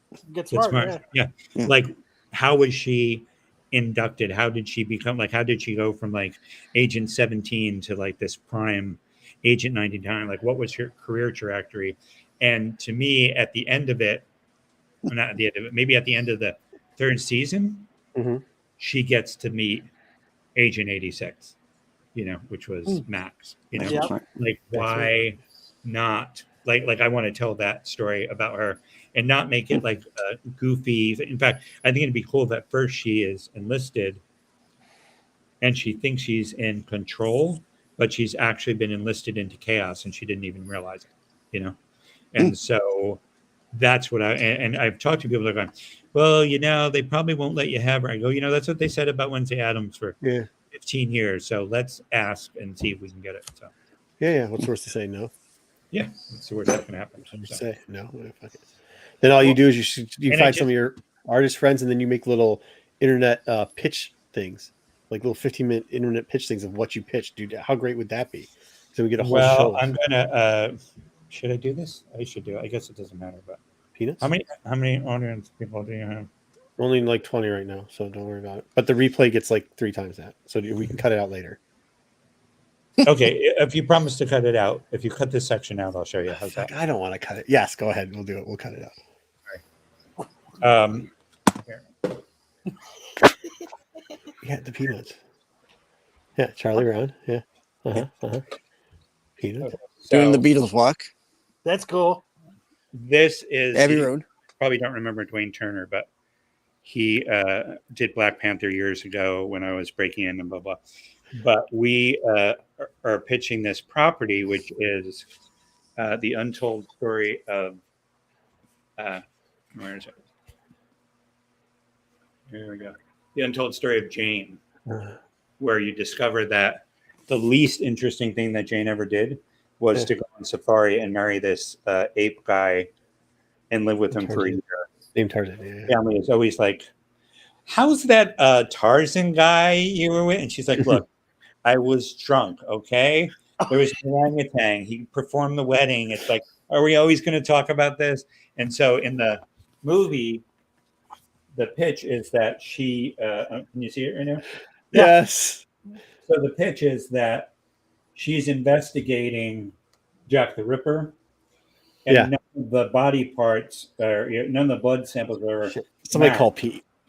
okay, No, go ahead. Go ahead. what she discovers is that it's because several people have been taking the Jekyll and Hyde formula, killing people, and then turning back into themselves with no DNA left at the crime. So this is her story. So it's sort of like, Howard Hughes is in it at one point. The Titanic. Huh. She's on the boat with the Titanic, and it's sinking, and they save as many people as they can. And she's like, if I had a plane, I could get out of here. And Howard Hughes is like, I have a plane in the hull. I was bringing it over to America. So it's like, So the idea is you take real things that are really, real history, but mixing them with literature and blah, blah, blah, blah, blah. But to your point, that's what we did. We did, 10 page, me and the artist, he did 10 pages of comic material. And then we did this movie poster, and I took it in and I brought it to the producers. I've only brought it to one place so far because I might just write the thing, but I brought it in and they were just like, but I don't get it. I'm like, it's like, Indiana Gump. It's like, yeah.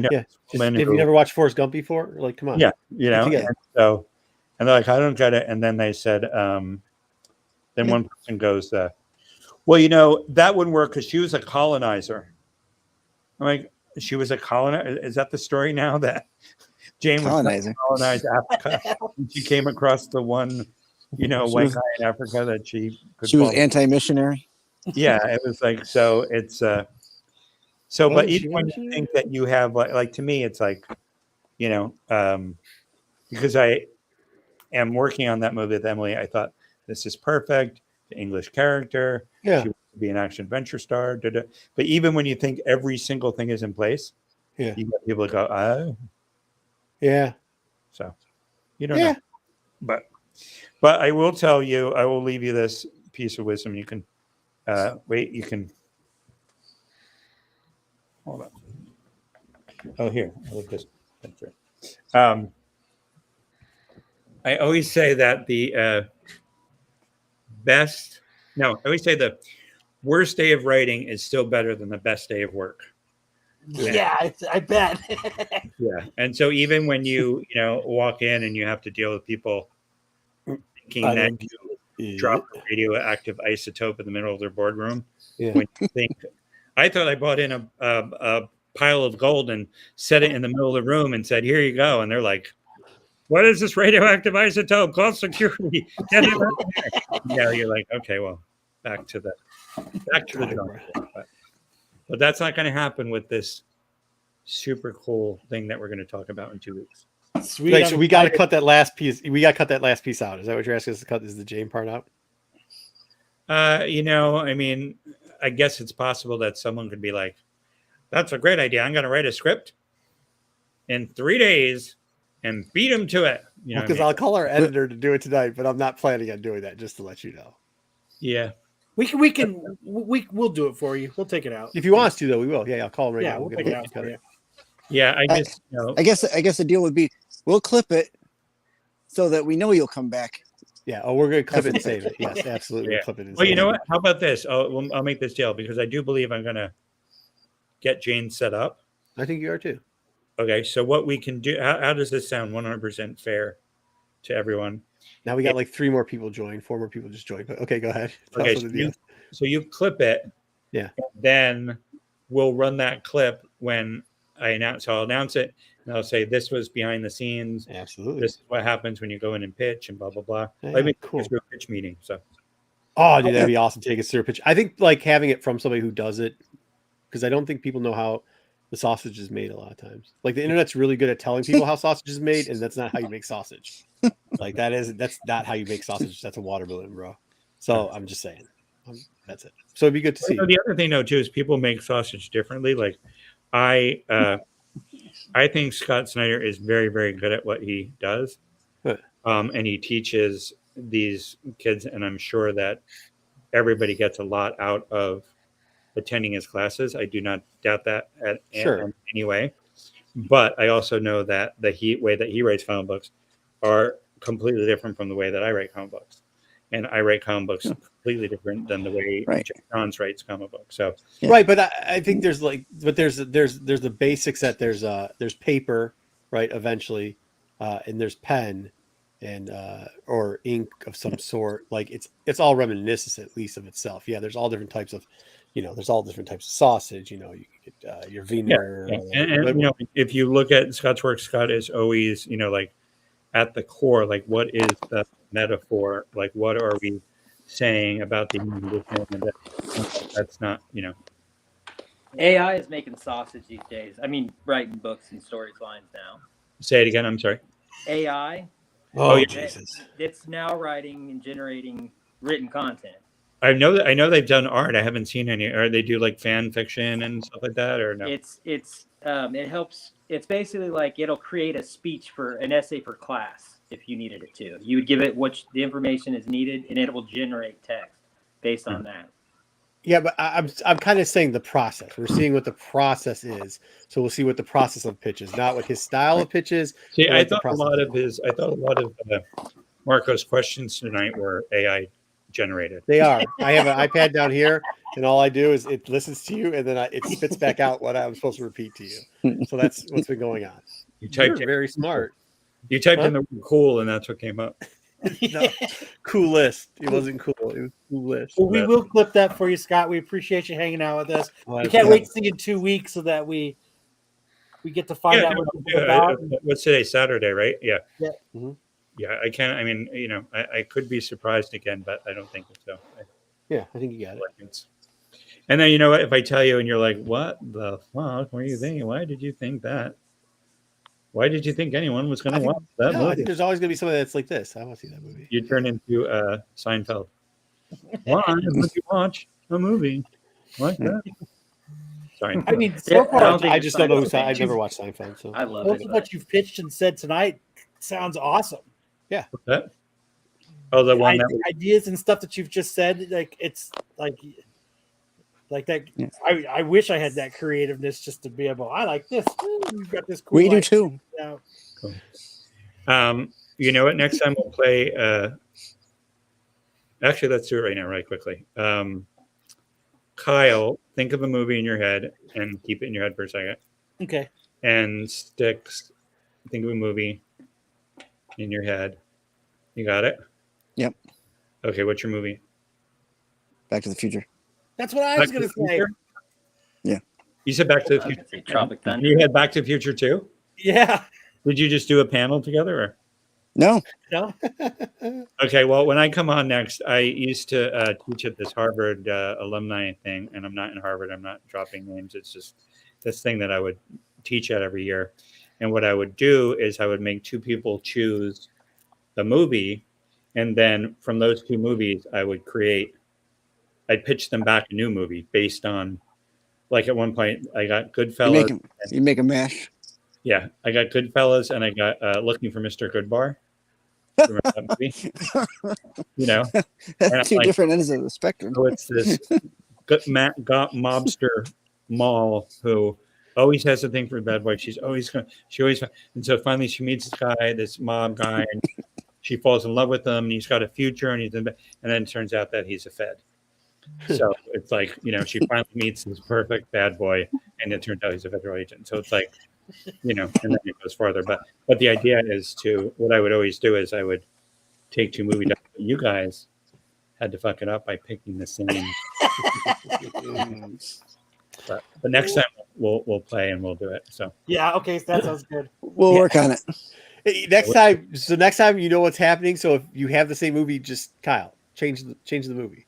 I will. Like he wasn't a psychic. He goes, "Hey, listen, I'm a psychic, or I'm going to do a magic trick." He's I like, should have "Hey, been two different smarter. movies." I told you I wasn't creative. I thought it was a magic trick. yeah, Movie. I wonder waiting for him to go. why it's in the air. Did you That's just it.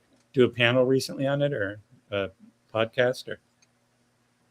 No. That's a movie I watch a lot of. So Yeah. How does it compare to the third one? Do you like the third? Which one do you like better? I like them all as a whole, but I like the first one the best. Yeah. Oh, yeah. I get Yeah, it. It's the second best. Like I like Die Hard the best, and I thought Die Hard 2 sucked balls. And then Die Hard 3 came out, and I was like, hey, Die Hard 2 wasn't that bad, really. You know, and it's just going and going and going. And it's just I like 4, really. Die Hard 4. The one with Samuel L. Jackson. Samuel L. That was Jackson. 3, but Was that 3? That's 3. Okay. 4 was That's wasn't 4 the Two. girlfriend one? why you keep calling me Seuss? Jesus. Sure. Jesus. Yeah, why do you call me Jesus? Well, Because that's your I was name. the one with the Come on, son. hey, Seuss. Yeah, Jesus. Jesus. 5. Jesus. 5 was the one with the son. Uh, 4? What the Where he's on fuck? the, where he's on the Kevin plane. Smith one. Always I don't know. Sunny did a one was the third, and then one was the son. So yeah, I think it was the 5th one. But either way, they they, did a you know, Die Hard movie with Danny DeVito. that would be fun. I'll tell you. Okay, last It wasn't anything to do with those guys. war was it in was DC. Okay, fan made. that was with his daughter, right? We're in December. Is it a Christmas movie? Absolutely. And I'll just tell you one thing. This is a movie that I pitched, and my agent was like, "That's a great idea, but I have too many ideas to pitch." What I really want to pitch is I want to pitch a movie about a terrorist who gathers these gunmen, and they have this plan to break into a building and steal $60 million in bear bonds. Mm-hmm. Everything works perfectly. And suddenly he gets a phone call, and it's like, fuck, there's a New York City cop somewhere in this building. And so the idea is to Die Hard from the point of view of Hans. You know, like, what was that? How frustrating was that this, you know, Fucking God. cop does stuff, but like, because we never see that. So I thought, that'd be fun to see from that angle. That would be cool. Yeah. You don't see Bruce Willis as much. You see Hans a lot more. Yeah, it's just like, what is this guy? And, you know, but anyway, all right. You kept us to the 10 o'clock hour, so I think we're going to take off too. Well, you guys No, go. we've got a whole show to do. A little bit longer. You guys are going, are you guys, yeah, he's on the whole show. Are you guys, Kyle, are you guys going on longer? Because I'm not going on longer. I'm going to talk to AKA and who are the other guys? The podcast, the guys that were writing, message board guys. Oh, Him? BK and Oh, BK, yeah. Yeah, you guys go. BK and I and Yeah. Joe. You, Joe, and BK can take it over and have a good time. And Yeah. you know, you're always welcome if you just want to BS and come on. You can Yeah. welcome. Just we'll shoot you a link and you can just come on. Hey, We cool. have shows every day of the week. We got 3 Oh, live really? shows. Yeah, we do I actually do a Saturday Star Wars show. We do a Wednesday like just general pop Sunday. show, talk about whatever. No, that's Sunday. Sunday, Yeah, Sunday, Star Wars. uh-huh. Then Wednesday we do like a comic show, pop culture show, and then we do Saturday, which is a little more lively SNS here. Dare I ask? Hmm? Dare I ask? Please do. What's your coolest show? Any show I'm on. Well, he does have one. His Wednesday show is called the Totally Awesome Cool. Yeah, it's called the Totally Awesome Coolest Show Ever. Okay. Yeah. Again, that's- It's me. So there's a guy named Pete Renna. This is his channel. Uh-huh. And then we just kind of have a collective that it's his channel, but he doesn't even care. But I'm with you, Scott. Thank you. he does care. Thank you, Lord. That's why he sent me. That's why he's saying. What does he do? just He's joking. not doing something. So I mean, Well, because he does. So he's doing the tape show. So we do tape shows and we do live shows. We have 3 live shows, and then we have other tape content that we do. So we have a show on every single day. and this So is- like when I was like, "Hey, you want us to cut that out?" I just text. He's in oh the my show. God, right I now. said the F word. That's him just texting me back saying, "What do you need?" And it's like we have to go text. We have to cut out between these numbers. Yeah. So yeah, the swearing doesn't matter on this show. No, yeah, so he doesn't. Oh, this is the best show. So Tyson saying anything else I do after this will be. Tyson wants to stay with you too. See what they're doing now? Now they're speaking up because they want to stay with you afterwards for some chat time and everything like that. So, no, yeah, shoot me a thing, and if I Yeah. if I'm Cool. free, I'll come on. So, yeah. Awesome. all right, good. All right, a pleasure, Hey, guys. Scott, it was great, Yep. man. It really Thanks a was. lot. Thanks. Thank you a Talk lot, to you later, Have a Scott. great rest of your night. Nice weekend. Where's the off button? I got Yeah. Okay. It's up. Just yet. There you go. You went in the back room, but it's still in the corner. There you go. We Excellent. got a whole show to do. We built a whole show because we didn't know. We just figured Scott was going to hang out with us for like 20 minutes, so we still have a full show to do. We don't Bro, have I've almost to. been up for 24 fucking hours. There's no What? way I'm doing a What's whole another other show. hour? Dude, there's no fucking way. Star Wars isn't even fucking close to being done yet. We still have to edit this. Oh, you're gonna edit out 5 minutes. The show has to render anyway. Move the shit on. Let's go. Okay. Let's get the ball rolling. All What's I next? know is Marco will never be as cool as Scott seeing Blink and a movie at the same time on True. TV. Facts. That's true. That's So- actually not true, but almost facts. Almost facts. Almost facts. I- Almost I'm- facts. I'm Dude, pretty he was sure- good, man. Hey, he's funny as shit, dude. I'll give it to you. The guy's good. The guy's fucking good. Yeah, he was awesome. So Well, he did say he was a stand-up comedian, so that's crazy. 6 years. Yeah, for 6 years, and then doing comics at the same time. I think. Yeah. I'm not 100% sure on that one, but let's see. what do we got next for the news now? Let's get right back into the news. That Shit, was- we still have news? No, come on, guys. Well, No, we no, finished. Well, I'm gonna skip because we were gonna review Wednesday. We were gonna review Haven't seen that Chainsaw yet. Man. We were gonna review, so we'll take those out. Please. Yeah, Sam's not here Just for do it Chainsaw afterwards. Man, so And whatever. so I'll take those out. So we'll do worst cover of the week. We'll do first Okay. appearances. I'll do my hot chick of the week, and then Hartman can do his what the fuck story, and then we're out. This isn't my show. This is his show. Dude, look at me, Marco. It's like this guy's show. I don't think Marco was actually invited. To what? Yeah. To that show? To the Scott show? No, the Scott show BK show. I'm not. Scott, apparently Scott, Joe, BK, and Tyson are having their own show. I'm not invited to that show. Shoot me a link. Really? All right, so we'll get the rest of the show going. So here we go.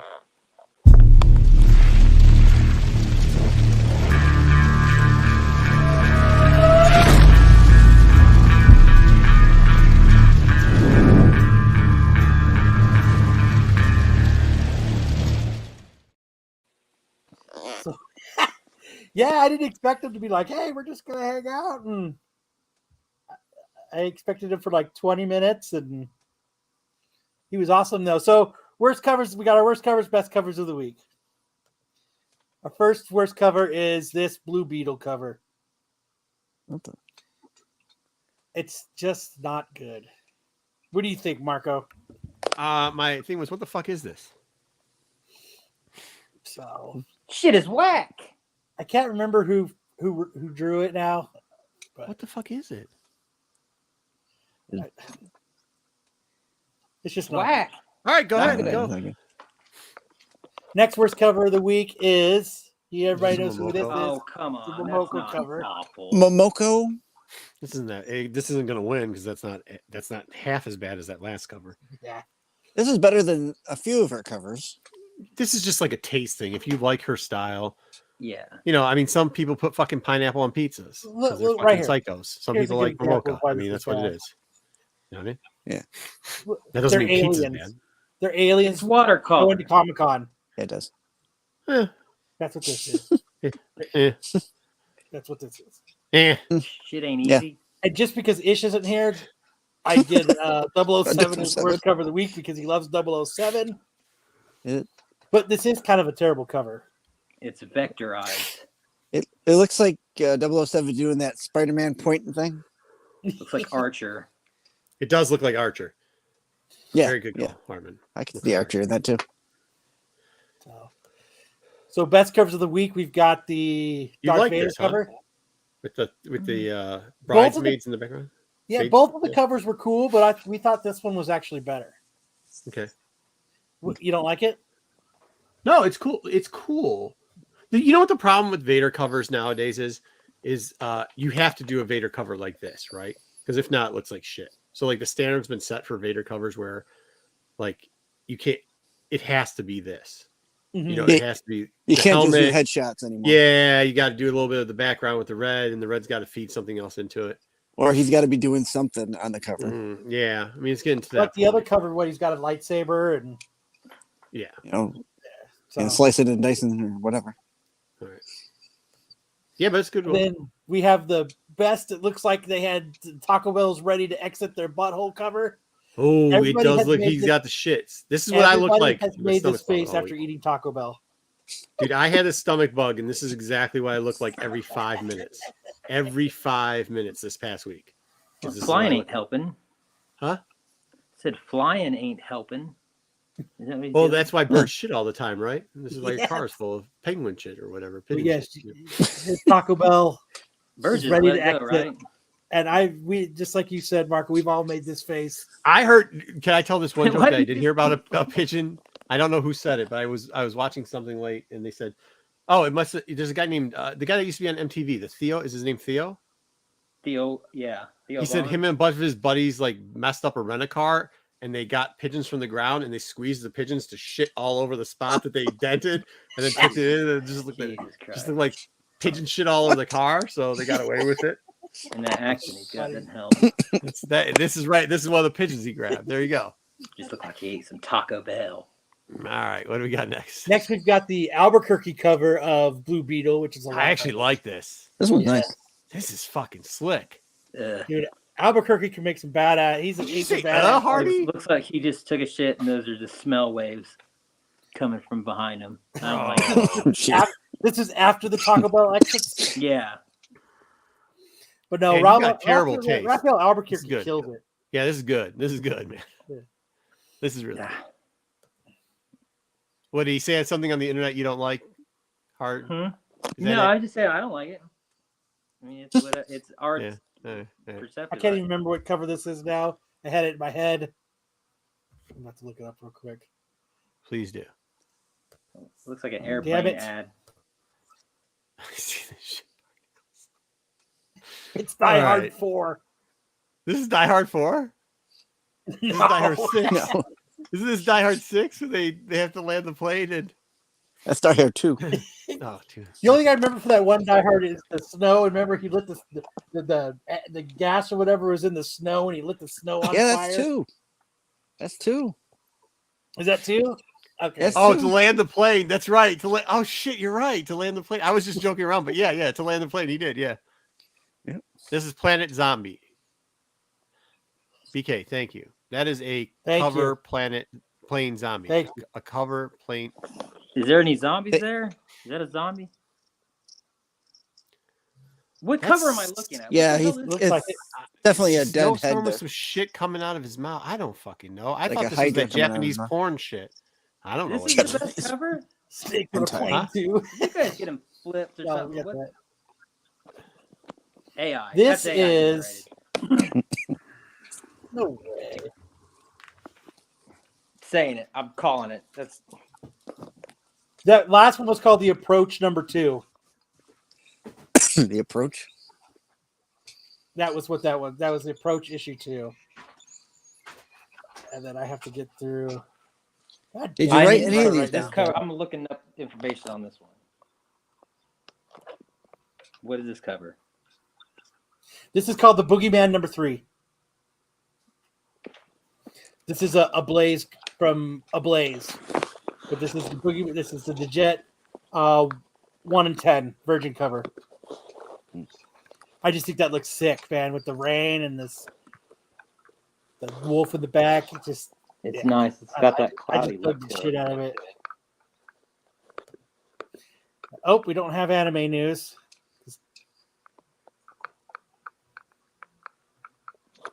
So we'll go to first appearances. I can't do anything. Everything's. I hear my mic echoing through. So this week we have Planet Hulk number 1, the first appearance of Talia, a young woman with green skin searching for the legendary Green Scar. First appearance of Ballo, the brother of Talia, and multiple other Hulk-like characters introduced. Joe says, significant lack of boobs in your cover pics. Next we have, Marco could talk about what he left. Next we can talk Star Wars High Republic number 1 Adventures.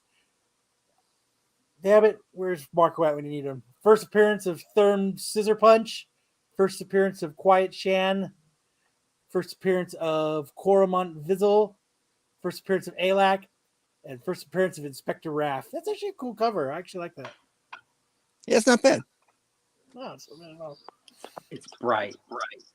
And I'm sure Marco will be talking. He must. His Taco Bell must be exiting him. Well, he was eating at a con. Well, I don't know if he eats at the con.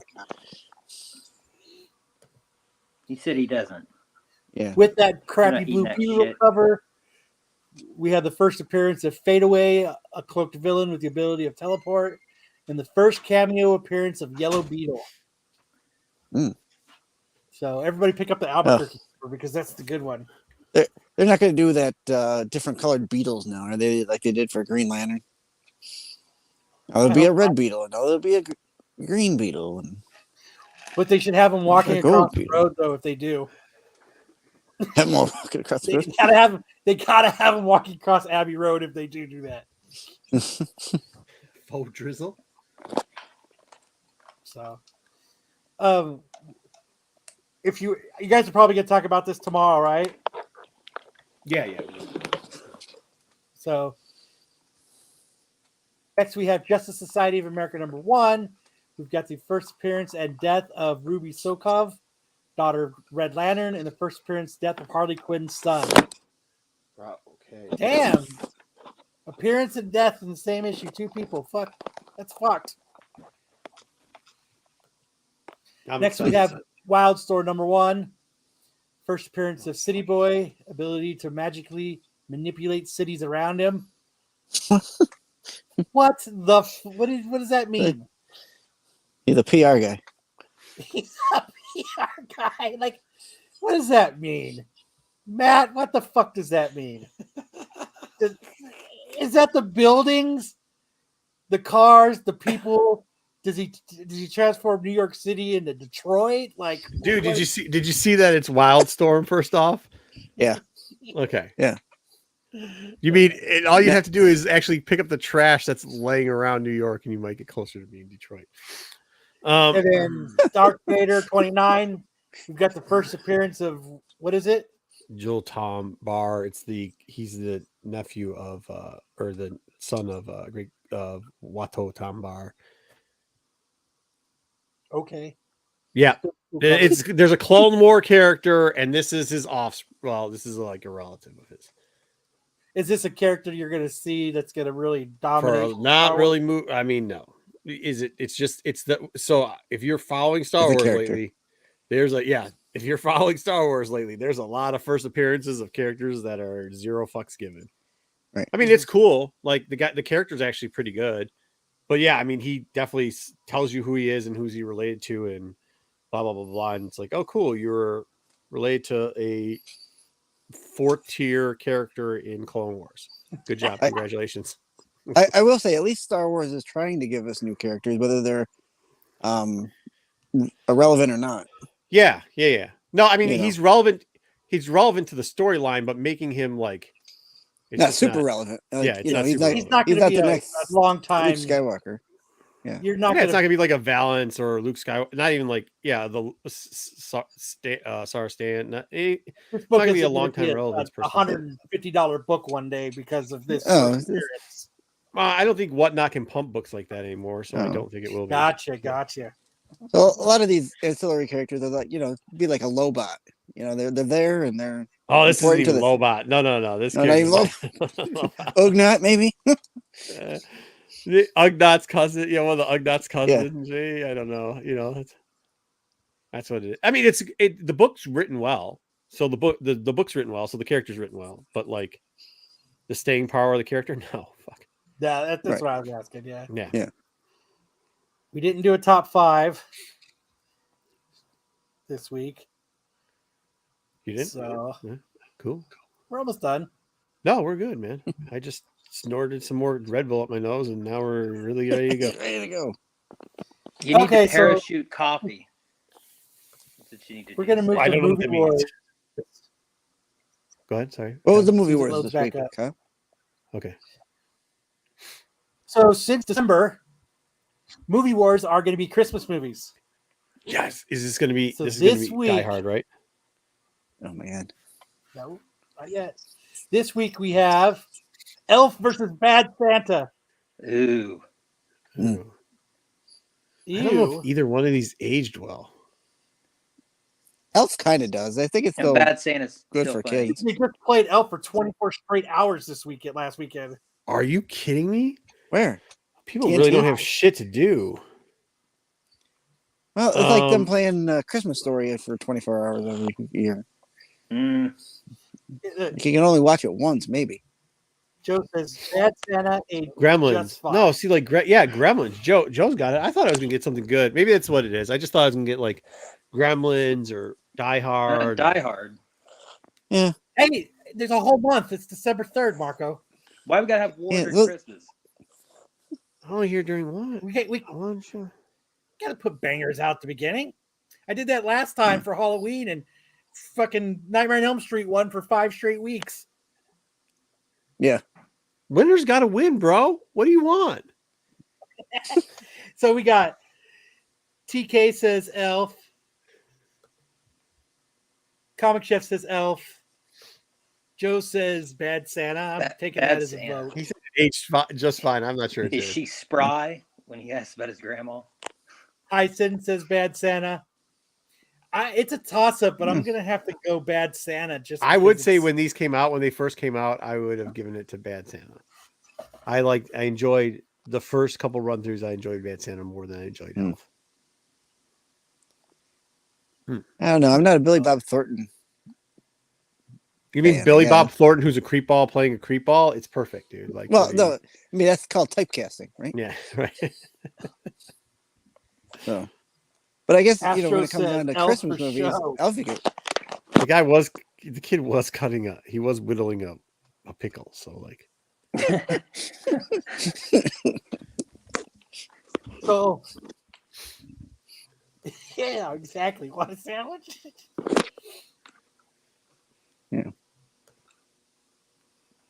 So, right now I would go with Elf. I'd give Bad Santa another watch. It's been a while since I've watched it, but Watch Bad Santa. like Ooh.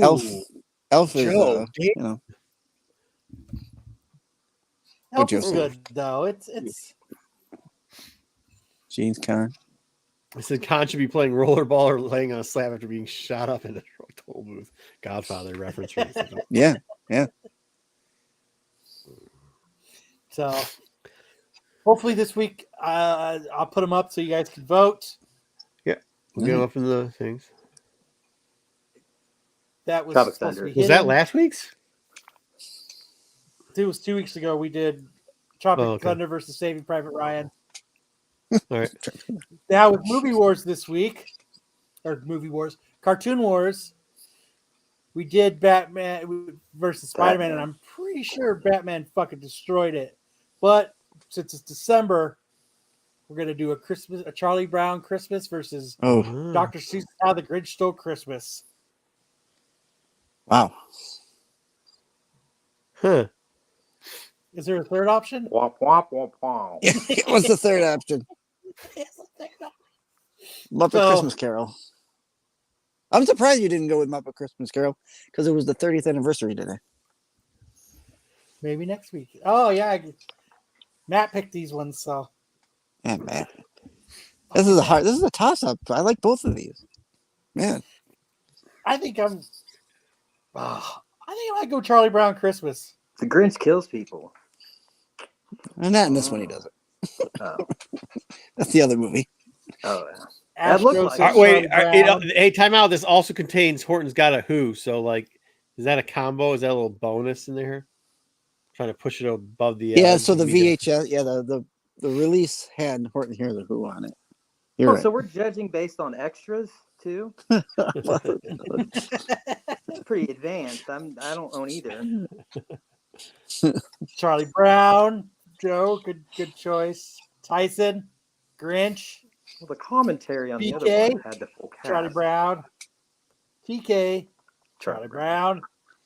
But these will be up. Hopefully, Pete will put these up Monday or Tuesday.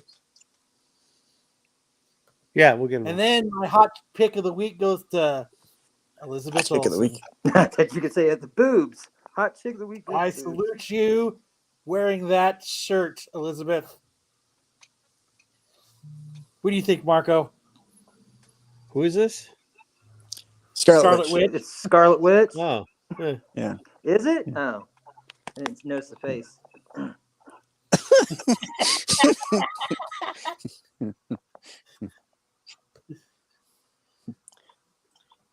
Yeah, her There. eyes are a little up, a little higher there. Your whole show's Thank based you. around this. Brilliant. This is why you never had your coolest day. You do know that, right? This is why you've never had your coolest day. And what's their name? Oh, you're right. The lip gloss doesn't go with that shirt. It looks like she put lip gloss on the shirt. I It's a didn't know she- it's a contrast, people. I didn't even know she had anything on her lips. On her tip. So, all right. Oh. And our final story that we have for the night is a PSA announcement directed at Brian McClay. Oh, what are you guys doing? The National Park Service wants humans to stop licking toads.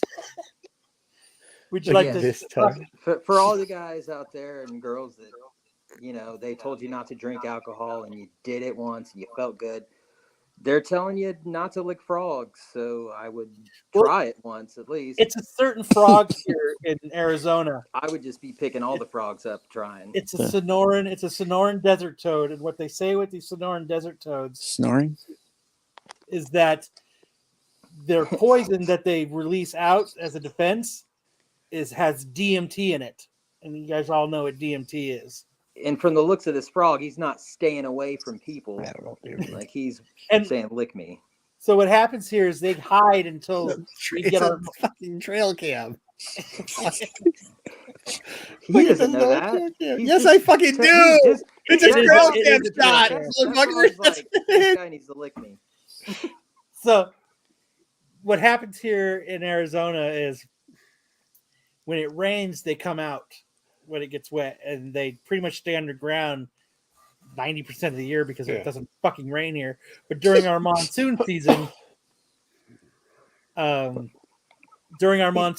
they come out. Picture. So like it's pouring here now, so chances are they've probably come out, but they come out during our monsoon season in the summer.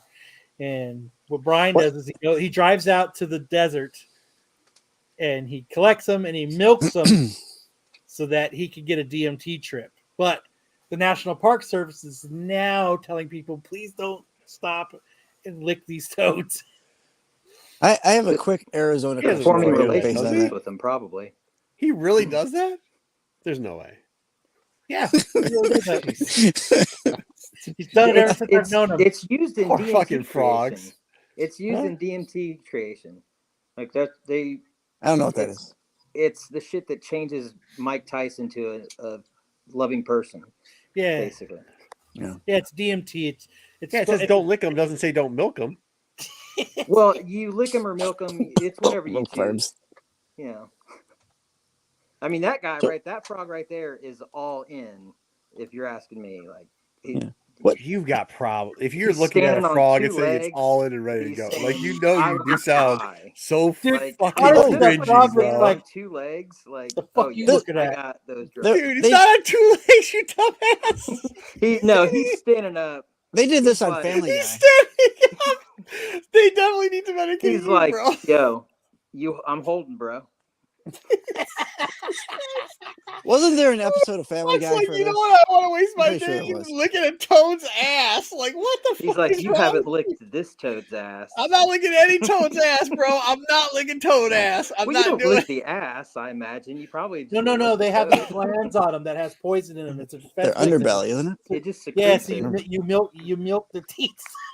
Get the fuck out of here. If it wasn't supposed to be, we wouldn't have tongues through evolution, right? Oh my god. Well, hey, dude, they're fucking old. What the fuck ever?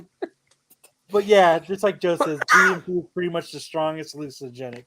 Yeah, it's like it's like a 10-second trip, but Yeah, Like They- Joe Rogan changes always talks lives. about it. It changes your life because it's like you see the creator kind of thing, and they pass something along. it's basically Doctor Strange, that scene where she The touches his aliens forehead. Now I understand people who think they've been raped by aliens because they're licking fucking toad asses. Yeah, Well, if you no, lick it's toad not like asses, that. No, stop. it's You not. lick toad You're not asses, gonna of do course all you think that. you've been raped You're by not gonna aliens. you're not gonna be Because the raped by fucking aliens. trip, they're like, You'll this probably green thing get high came with down. It was aliens, but probing my ass. No, you were licking a toad ass, and you fucking tripped out so bad you thought it was probing you. I get it. basically, I've It all heard fucking makes compared sense. to No, it Doctor all makes sense Strange's now. It scene all makes sense now. where she sends him through the universe. Like that's what I've heard DMT tripping is like. But I know a lot of you guys watch MCM, and you guys have watched Brian and heard Brian talk about this over the years. This is something that he does every summer. Are you joking with me on this? Or you're serious No. about this? 100% serious. He fucking goes Tries out in the desert and catches fucking frogs so he can milk. Well, they're telling That people can't be not to true. lick them, Marco. So apparently, people are licking these. Apparently, toads. people are fucking licking. None of this. To the point where CNN If you're- you're hold on, you're asking me if I believe people in Arizona are licking fucking frogs. Yeah, no 100%. people I've are met coming to Arizona tons of people in to do Arizona this. that are fucking morons. People are I get finding that. these frogs from other states to do this. Well, Like, this they're isn't like an primarily Arizona here. people only. I don't know what the amount of people doing it outside of the states are, but I know that is something that people He's do. telling When the Arizona State's animal. Jesus. Dude, if you're asking me, do people do ridiculous things? Yes, I agree. What I'm saying is, like, that sounds ridiculous. Running around and trying to milk a toad. Does this not? You're trying to act like this doesn't sound. Hartman. You're trying to act like this doesn't sound ridiculous, right? No, I'm saying DMT doesn't sound ridiculous. I wouldn't be licking toads, but I mean, if your people are doing it and getting high, then I mean, let them do what they got to do. Like, as long as they ain't licking my ass. That's what that toad's picture is. That toad's picture is him squatting down, going, "Please don't lick my ass." He's just trying to hustle and make money for his kids. That's all that frog is trying to do. Licking one of those toads is you the police? You the police? No. Oh, Jesus Christ! I got it. Black and white motion sensor camera captured the Sonoran Desert toad staring into your soul at the Oregon Pipe Cactus Natural Monument in Arizona. So yeah, they're primarily here in Arizona. Yes, and it's illegal in California to possess the poison. Tyson, I get you, man. So if it's illegal, it's got to be. I think there's a lot of sun damage going on brains in Arizona, bro. Just like a lot. Says when smoke, the toxins are a powerful psychedelic. Astro says he's taking his heart. He's down. He's up on See, I'm talking about people are all in on these toads. Nah. Well, PSA, please stop licking toad ass. All right. This is a frog. Versus toads. Come on, man. No, I don't think it's like that. I don't think it's like that, dude. I'm telling you exactly what it's like. Going to Doctor Strange's movie. We're not talking to you. We're talking about the Hartman. There's comments. It says the Sonoran Desert toad secretes a potent toxin that can make people sick if they touch it, or they get poisoned in their mouth. They poison their mouth. But despite the risk, people have discovered the toxic secretions contain a powerful hallucinogenic of DMT. Yeah, so of course people are gonna fucking lick the toad's ass. Like, shit can change your life. See, in recent years, smoking and this is how Brian did it. He had some on a little piece of glass and he smoked it.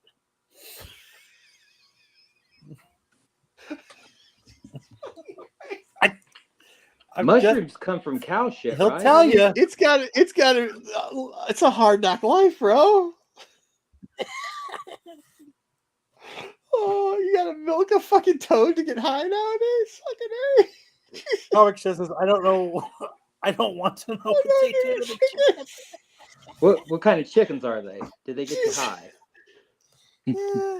So, just whatever floats people's boat. Whatever floats people's fucking boats. A number of public figures have reported experimenting with the toad's extracted toxins. Like Hartman said, Mike Tyson has spoke about it, and so is Hunter Biden. Yeah, Mike Tyson's never said some crazy shit or done some crazy shit in his life. You're right. That's a guy that I'm like, wow, fucking sane as the day's long. Mikey Tyson. Cartoon is amazing. But they're going with part of the thing is there's a new study coming out that says cures depression. Just secrete it and drop it on it. Tyson's trying to triple it up. Serotonin, and it will it helps you reset. They want to do tests on it before they do anything about legalizing it. Holy shit! That's why he's got that frog thing in the background, motherfucker. He does. Doesn't he have the fucking frog or some shit in the background? Bogcast, Yeah. right? The Bogcast fucking logo is a frog, right? Yeah. This is because of this? Because he milks frogs? It's not necessarily just from the frog, but the frog is one that secretes the chemical. People make Not this shit, asking a like, question. it's- Does or does he not have a frog draped behind him? Is the reason why the frog's draped behind him is because he milks frogs? Is this Maybe all he yes? likes frogs. I don't know. No, Maybe he's a I frog think that's guy. something they could No, do. I think it is because of that. That all makes sense. I mean, if you're like all in on If it, you guys don't believe me, go over to MCM when we're done here and ask Brian. don't do that because you guys are going to take what we said out of context. Don't do that. But that makes sense why he's got the frog thing up. That makes sense. Okay, I get it. It's probably already taken out of context. Oh yeah, it's the internet. The internet, the Brian- internet loves that shit. Everybody here knows Brian has talked about milking Sonoran toads for years.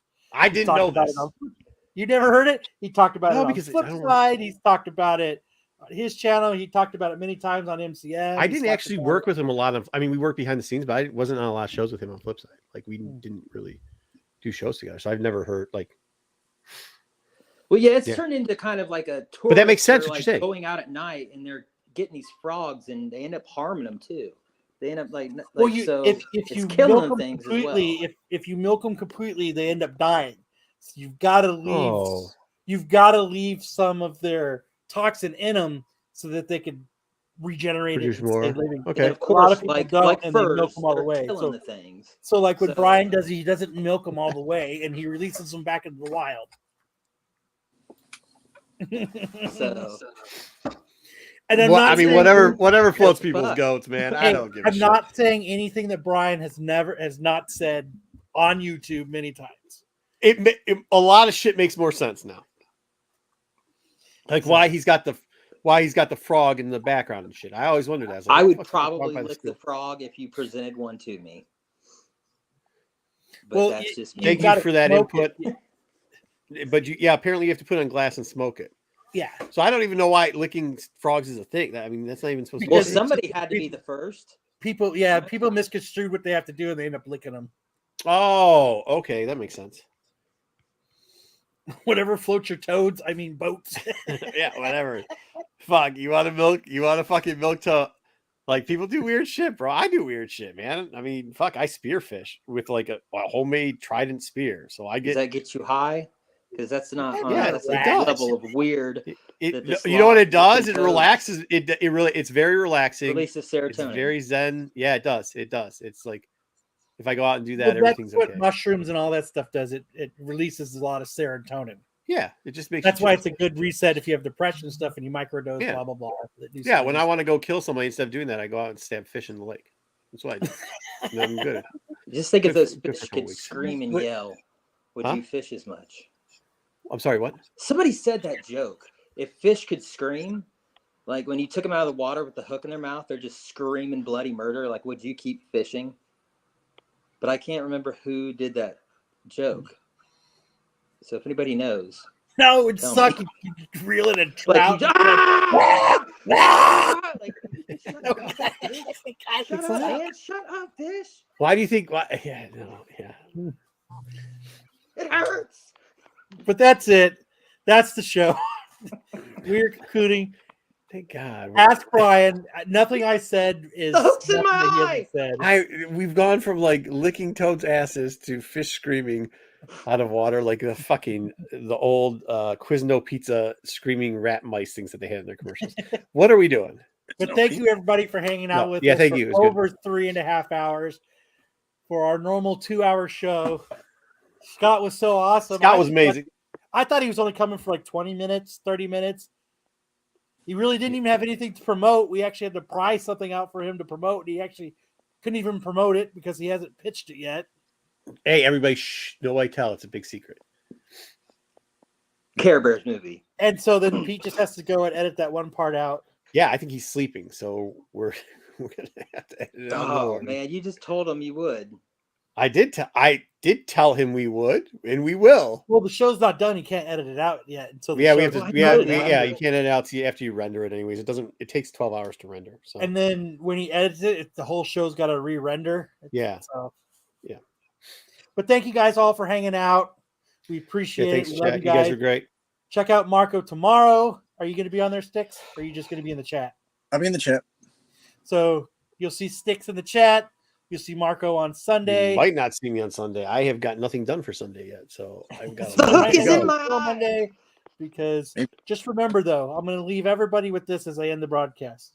Please don't Marco talk about thinks licking he's cookies. cool, but he's never going to be Scott Lobdell cool. Yeah. Seeing Blink and Happy Death Day at the same time.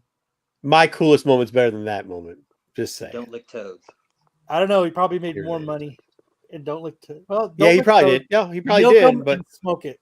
You smoke toads. my coolest moment doesn't have to do around money. My coolest moment's way better than that. Is that Neil Adams not washing his hands cool? That is not. Hey, you know what? We were talking about that. We were talking about that today with a couple artists. We were like, I don't know why everybody gets mad about shit like Neil Adams never washing his hands. Everybody's like, yeah, people didn't know that. I was like, no, people fucking get, because we were talking about how like when you tell people stuff, they just don't understand. Like it's not that big of a deal. And like the Kyle can attest this because we back when we did MCM, that's should show you preparation is not needed. yeah, absolutely, absolutely zero prep. We actually prep though.